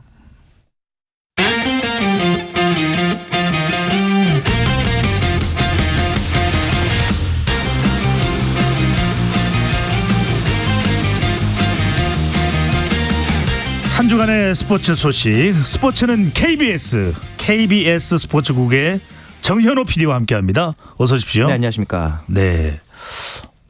지금 요즘에는 굉장히 표정이 밝으세요. 요즘에 뭐 스포츠계에 워낙 재밌는 그리고 좋은 소식들이 많이 들려오고 있어가지고 네. 제가 별건 아니지만 같이 보고 있으면서 기분이 좋아지는 것 같습니다. 먼저 이 선수 이야기를 안 할 수가 없네요. 누가 네. 승자를 꼽으라면, 이번 주에 승자를 꼽으라면 저는 이 선수입니다. 김민재 선수입니다. 네네네. 드디어 바이에른 뮌헨 입단을 했네요. 그렇죠. 이제 19일 날 우리나라 시간으로 19일에 공식 발표가 됐죠. 네. 심지어 이제 그 소개글에서 나폴리에서 대한민국 국가대표 수비수 김민재를 영입했다라고 이제 발표를 했고 2028년까지 계약인데 그 입단 이후에 뭐 소위 말해서 선수를 홍보하고 소개하는 영상을 항상 구단들이 제작을 하잖아요. 네. 정말 굉장합니다. 일단은 김민재 선수가 유니폼 들고 있는 기본적인 영상부터 시작해서 메디컬 테스트 영상을 독점적으로 이제 단독 공개를 했고요. 그다음에 이제 제가 가장 좀 놀라웠던 것은 토마스 투엘 이 바이에른 뮌헨 감독이 네. 김민재 선수 오니까 말 그대로 버선발로 나와서 활짝 웃고 끌어안고 막 손잡고 막 볼까지 쓰다듬고 예. 거의 그 제가 과도한 할머니 집에 갔을 때 스킨십은 좀 법적으로 문제가 된 건 아닙니까? 독일법에는 그렇지 않을 것 같긴 한데 이거 완전히 그 외갓집 갔을 때 손자한테 하듯이 네. 너무너무 예뻐하는 걸 보면서 그러고서 또 얘기를 하는 게 너무너무 넌 잘할 거다 확신한다 이러면서 정말 투엘 감독의 구상 속에 김민재 선수가 핵심 선수구나라는 생각이 또 들었고 네. 김민재 선수가 또 이제 받은 게 있으니까 보답을 해야 되잖아요. 원래는 이제 군대 군사훈련을 마쳤으니까 휴가 기간이 좀 주어질 상황인데 휴가도 이제 반납을 하고 시즌 준비를 위해서 바로 팀에 합류를 하겠다. 훈련 캠프에 합류를 하는 그런 모습을 또 보이기도 했죠. 정말 전 세계 최고 수비수 중에 한 명이라고 봐도 과언이 아니잖아요. 얼마 정도의 연봉을 받았는지도 궁금하네요. 지금 밝혀진 바에 따르면 거의 200억 가까운 연봉이라고 하기 때문에 1년 200억은요? 네네네. 정말 축복받은 삶이다. 이렇게 볼 수 있을 것 같고요. 굳이 김민재 선수 정도면 에코 프로를 안 사도 되겠네요. 네. 자, 축구 이야기 이어가 보겠습니다. 어제입니다. 네. 2023년 피파 네. 여자 월드컵이 호주 뉴질랜드에서 공동 개막이 됐는데요. 네. 자, 어떤 내용입니까? 일단은 어제 개막을 해서 이 호주와 뉴질랜드의 공동 개최인데 그래서 호주와 뉴질랜드가 첫 경기를 가졌습니다. 뉴질랜드가 노르웨이를 격파했고 호주가 아일랜드를 꺾었는데 사실 호주는 여자 축구 FIFA 랭킹 10위예요. 꽤 강팀입니다. 그래서 이제 뭐 아일랜드를 이긴 게 그렇게 이변은 아니지만 뉴질랜드가 노르웨이를 꺾은 거 이게 좀 어떻게 보면은 시작부터 이변이다. 이렇게 이제 평가하는 사람들이 많았고 오늘은 이제 나이지리아와 캐나다의 경기가 있었고 잠시 후 2시부터는 또 이제 필리핀 대 스위스의 경기가 있을 예정이고요. 4시 반에는 스페인 대 코스타리카의 경기가 있을 예정입니다. 참고로 우리나라 대표팀의 첫 경기는 콜롬비아를 상대로 하는데 화요일 오전 11시에 이제 열립니다. 그래서 KBS가 또 이제 이영표 위원과 또 이제 새로운 여자 축구 해설위원인 주수진 선수와 함께 해설을 준비를 하고 있습니다. 네. 정현우 PD도 여기 투입이 되나요? 저도 이제 뭐 직접 중계에 참여하는 건 아니지만 옆에서 이제 기획하고 관장하는 업무를 같이 하고요. 총괄이군요. 네네. 자, 이 콜린 벨 여자 축구 대표팀 월드컵 대표팀 감독입니다. 콜린 벨 어느 나라 분이십니까? 잉글랜드 사람인데 네. 이 우리나라 대표팀의 최고 성적이 지금까지 16강이었는데 이번 대표팀의 특징이 있습니다. 바로 라스트 댄스인데 뭐 지소연이라든가 그다음에 조소연 선수, 김정민 선수 우리나라 여자 축구의 약간 산증인 같은 선수들이 대부분 아마 이번 대회가 마지막이 될 것 같다. 어벤져스네요. 네, 네. 어벤져스의 마지막 어셈블이기 때문에 네. 이거에 대해서 이제 축구협회에서도 슬로건을 정했습니다. 고강도. 높게 강하게 도전하라 해서 이제 고강도 이렇게 표현을 했는데 예. 사실 지금 조편성을 보시면은 우리나라와 함께 콜롬비아, 독일, 모로코 이렇게 포진이 되어 있습니다. 강팀입니다. 그런데 피파 랭킹이 우리나라가 2위예요. 그러니까 독일이 피파 랭킹 전체 2위고 우리나라가 17위, 콜롬비아가 25위, 모로코가 72위입니다. 그러니까 피파 랭킹만 보면은 우리나라가 2위로 16강에 진출할 수 있는 객관적인 가능성은 좀 높은 편이에요. 예. 근데 이제 한 가지 변수가 있다면은 우리나라의 첫 상대가 콜롬비아입니다. 아무래도 피파 랭킹 상으로 봤을 때도 그렇고 전력으로도 이 콜롬비아만 꺾으면 9분 동선 넣는다 이렇게 볼 수 있는데 콜롬비아가 비공개 평가전에서 아일랜드랑 경기를 했는데 20분 만에 아일랜드가 기권을 합니다.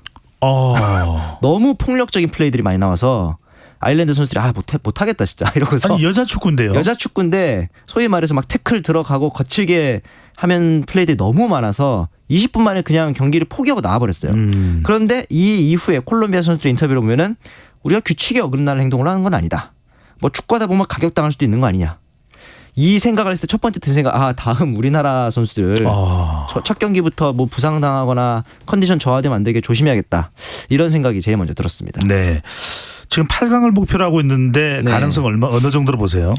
저는 콜롬비아전 전까지는 5대5라고 보고 콜롬비아 왜냐면 우리나라가 항상 성인 남자 대표팀도 그렇고 여자 대표팀도 첫 경기를 이기지 못한 경우가 제법 있었거든요. 네. 뭐 저 지난 카타르 월드컵 우루과이전도 그랬고 그래서 콜롬비아 이기면은 저는 한 80% 될 거라고 보고 있는데 이후에 또 이제 모로코 독일전까지도 참고로 모로코전은 일요일 오후 1시 반이고요. 네. 독일전은 돌아오는 목요일 저녁 7시에 열릴 예정입니다. 네. 모두 KBS를 통해서 KBS와 함께 할 수 있습니다. 네.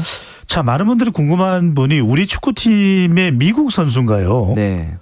뭐 기아를 한 겁니까? 어떻습니까? 이중국적 상태인데 사실 여자 선수들 같은 경우는 병역 문제가 걸려 있지 않잖아요. 네. 그래서 선택을 해서 출전을 하더라도 큰 문제가 없는 그런 상황입니다. 그러니까 부모님 중에서 한국인과 관련되어 있는 경우는 그렇죠. 아니고요. 네, 맞습니다. 그런데 우리 어떻습니까? 이 선수의 기량은 어느 정도인가요? 제가 보기에는 이제 미드필더진에서 볼백업 그리고 이제 소위 박스 투 박스라 그래서 선수들 간의 그 유기적인 움직임을 도와주는 선수이기 때문에 제가 보기엔 지소연이라든가 조소연 선수의 뒤를 받쳐줄 수 있는 역할을 할 수 있지 않을까 생각을 합니다. 그 얼굴 보시기에 완전히 외국인 선수인데 우리 팀에 소속이 되어 있는 선수담은 눈여겨보시면 좋을 것 같습니다. 네. 자, 그런데 여자 월드컵도 기대를 가지고 있는데 아시안 게임입니다. 축구 대표팀 황선홍호죠. 네.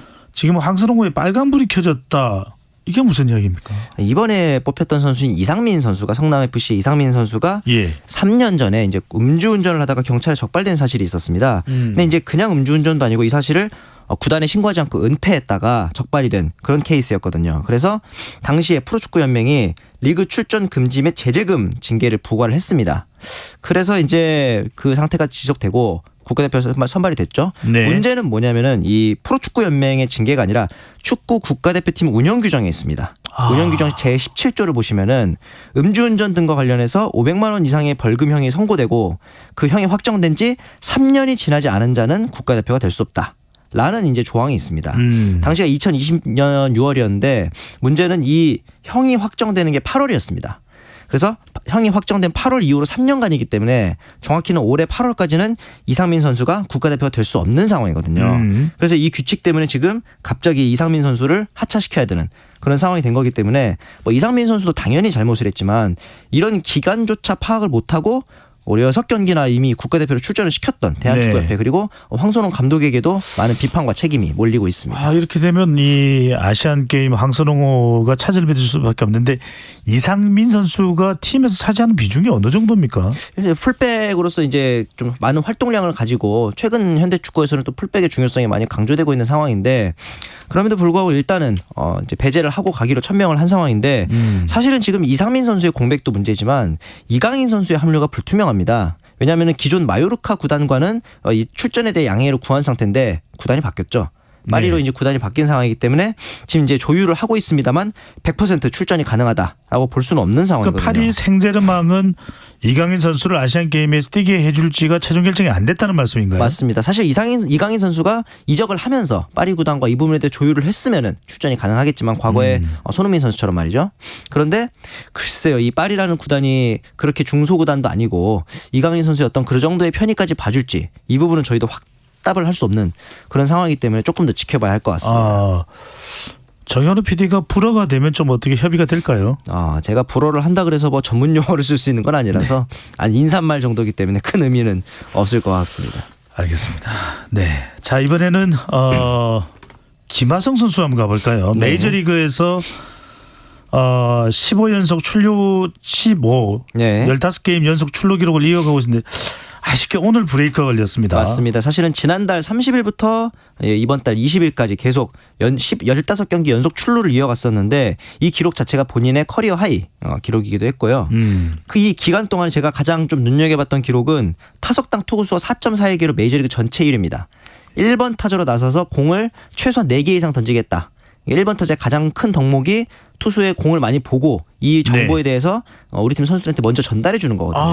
그런 역할을 제일 잘해주고 있었는데 정말 최고의 리드오프로 그렇죠. 인정을 받은 거네요. 리드오프로 가장 좋은 역할을 하고 있는 건데 오늘 경기를 제가 봤을 때 대타로 나왔습니다. 그러니까 기본적으로 타석이 그렇게 많지 않았던 건데 이 타석에서 좀 아쉬웠던 거는 저는 두 번째 공이었어요. 제 2구가 좀 높게 들어왔는데 사실 이번 시즌 이렇게 애매한 코스의 공들을 자꾸 잡아주는 그래서 김하성 선수가 좀 불만을 표시하는 그런 경우가 많았거든요. 김하성 선수 입장에서는 이 부분도 어떻게 좀 이겨내는지가 중요할 것 같습니다. 이 부분 그래도 여쭤보고 싶었어요. 실제 배지한 선수는 심판의 스트라이크 판정에 대해서 정말 격분을 하면서 항의하다가 퇴장을 당하기도 했지 않습니까? 맞습니다. 이게 뭡니까? 약간 뭐 인종차별 이런 게 있는 겁니까? 아니면은 확신할 수는 없죠. 확신할 수는 없는데 어떻게 보면 이제 루키 길들이기다. 이렇게 보는 사람들도 있고 약간의 그 인종차별적인 뉘앙스일 수도 있다. 물론 이제 정확하게 나와진 건 없습니다만 근데 확실한 건 있어요. 뭐냐면은 어찌됐든 간에 심판이 결정을 내린 거에 대해서 되돌릴 수는 없기 때문에 빨리 적응하고 이 부분에 대해서는 선수들이 적응해서 이겨내는 수밖에 없다. 이게 아직까지는 야구에서 심판이 볼 스트라이크를 판정하고 있는, 최근에 뭐 메이저리그도 그렇고 KBO도 그렇고 이 자동 판정 시스템을 도입을 검토하고 있다라고 얘기는 했습니다만 아직까지는 도입되지 않았기 때문에 선수들 입장에서 원론적인 얘기지만 이겨낼 수밖에 없는 거죠. 조금 불이익을 당하는 것 같다, 차별을 당하는 것 같다 하더라도 이것도 좀 견뎌내야 되겠군요. 맞습니다. 텃세라 하더라도. 네. 자, 근데 또 하나 더 여쭤보면은 이 김하성 선수가 이렇게 맹활약하고 있는 와중에 5년간 계약 관련돼서 재계약이 될 것이다 하는 이런 소식도 있던데 혹시 알고 계시는 게 있습니까? 제가 그것까지 정확하게 알지는 못하는데 재계약 같은 경우는 최근에 김하성 선수의 입지가 워낙 탄탄해졌기 때문에 나오는 이야기인 것 같아요. 근데 샌디에이고 구단 자체는 지금 뭐 타티스 주니어라든가 매니 마차도 그리고 크로넨워스, 내야진이 장기 계약 선수가 많아요. 예, 장기 계약으로 묶여 있는 선수가 많기 때문에 김하성 선수까지 장기 계약으로 묶게 된다면 샌디에이고 입장에서는 페이롤 운영에 조금 지장이 있을 것 같다는 생각은 들긴 합니다. 네. 자, 그래도 뭐니 해도 이 한일전이 벌어질 때 우리 더 주목을 하게 됩니다. 네. 자, 농구. 주말 항저우 아시안게임 남자 농구 대표팀이 일본과 2연전을 한다고요? 네, 이번 토요일과 일요일에 경기가 있습니다. 학생체육관에서 일본과 평가전이 있는데 최근에 이제 김태술 선수가 본인의 이제 블로그에 쓴 글을 봤을 때는 선수들이 어릴 때부터 일본 선수들과 경기를 많이 가져봤다 그래요. 그러면서 특징을 잘 알고 있는데 다만 이제 7월이잖아요, 지금이. 선수들이 오프 시즌이기 때문에 컨디션이 좀 떨어져 있을 수 있다.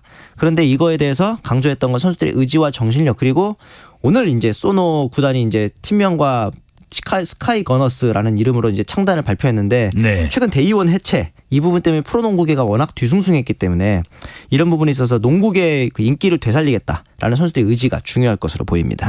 자, 주말에 한일전입니다. 남자 농구 대표팀이 일본과 2연전 평가전을 가지는데 이 경기도 역시 KBS와 토요일에 함께 하실 수 있고 일요일에는 KBS N에서 또 함께 하실 수 있습니다. 언제나 KBS입니다.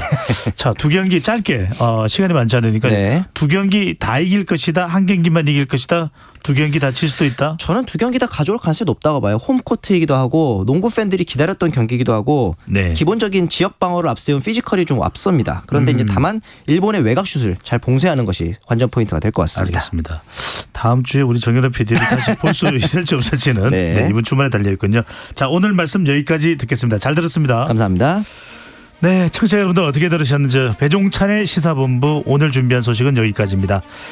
저는 내일이 아니고요, 다음 주 월요일 12시 20분에 다시 돌아오겠습니다. 여러분들 주말에 비가 많이 온다니까요. 비 피해 없도록 잘 대비해 주시고 행복한 주말 보내시고 건강한 모습으로 다음 주에 뵙겠습니다. 여러분들 행복한 주말 되십시오.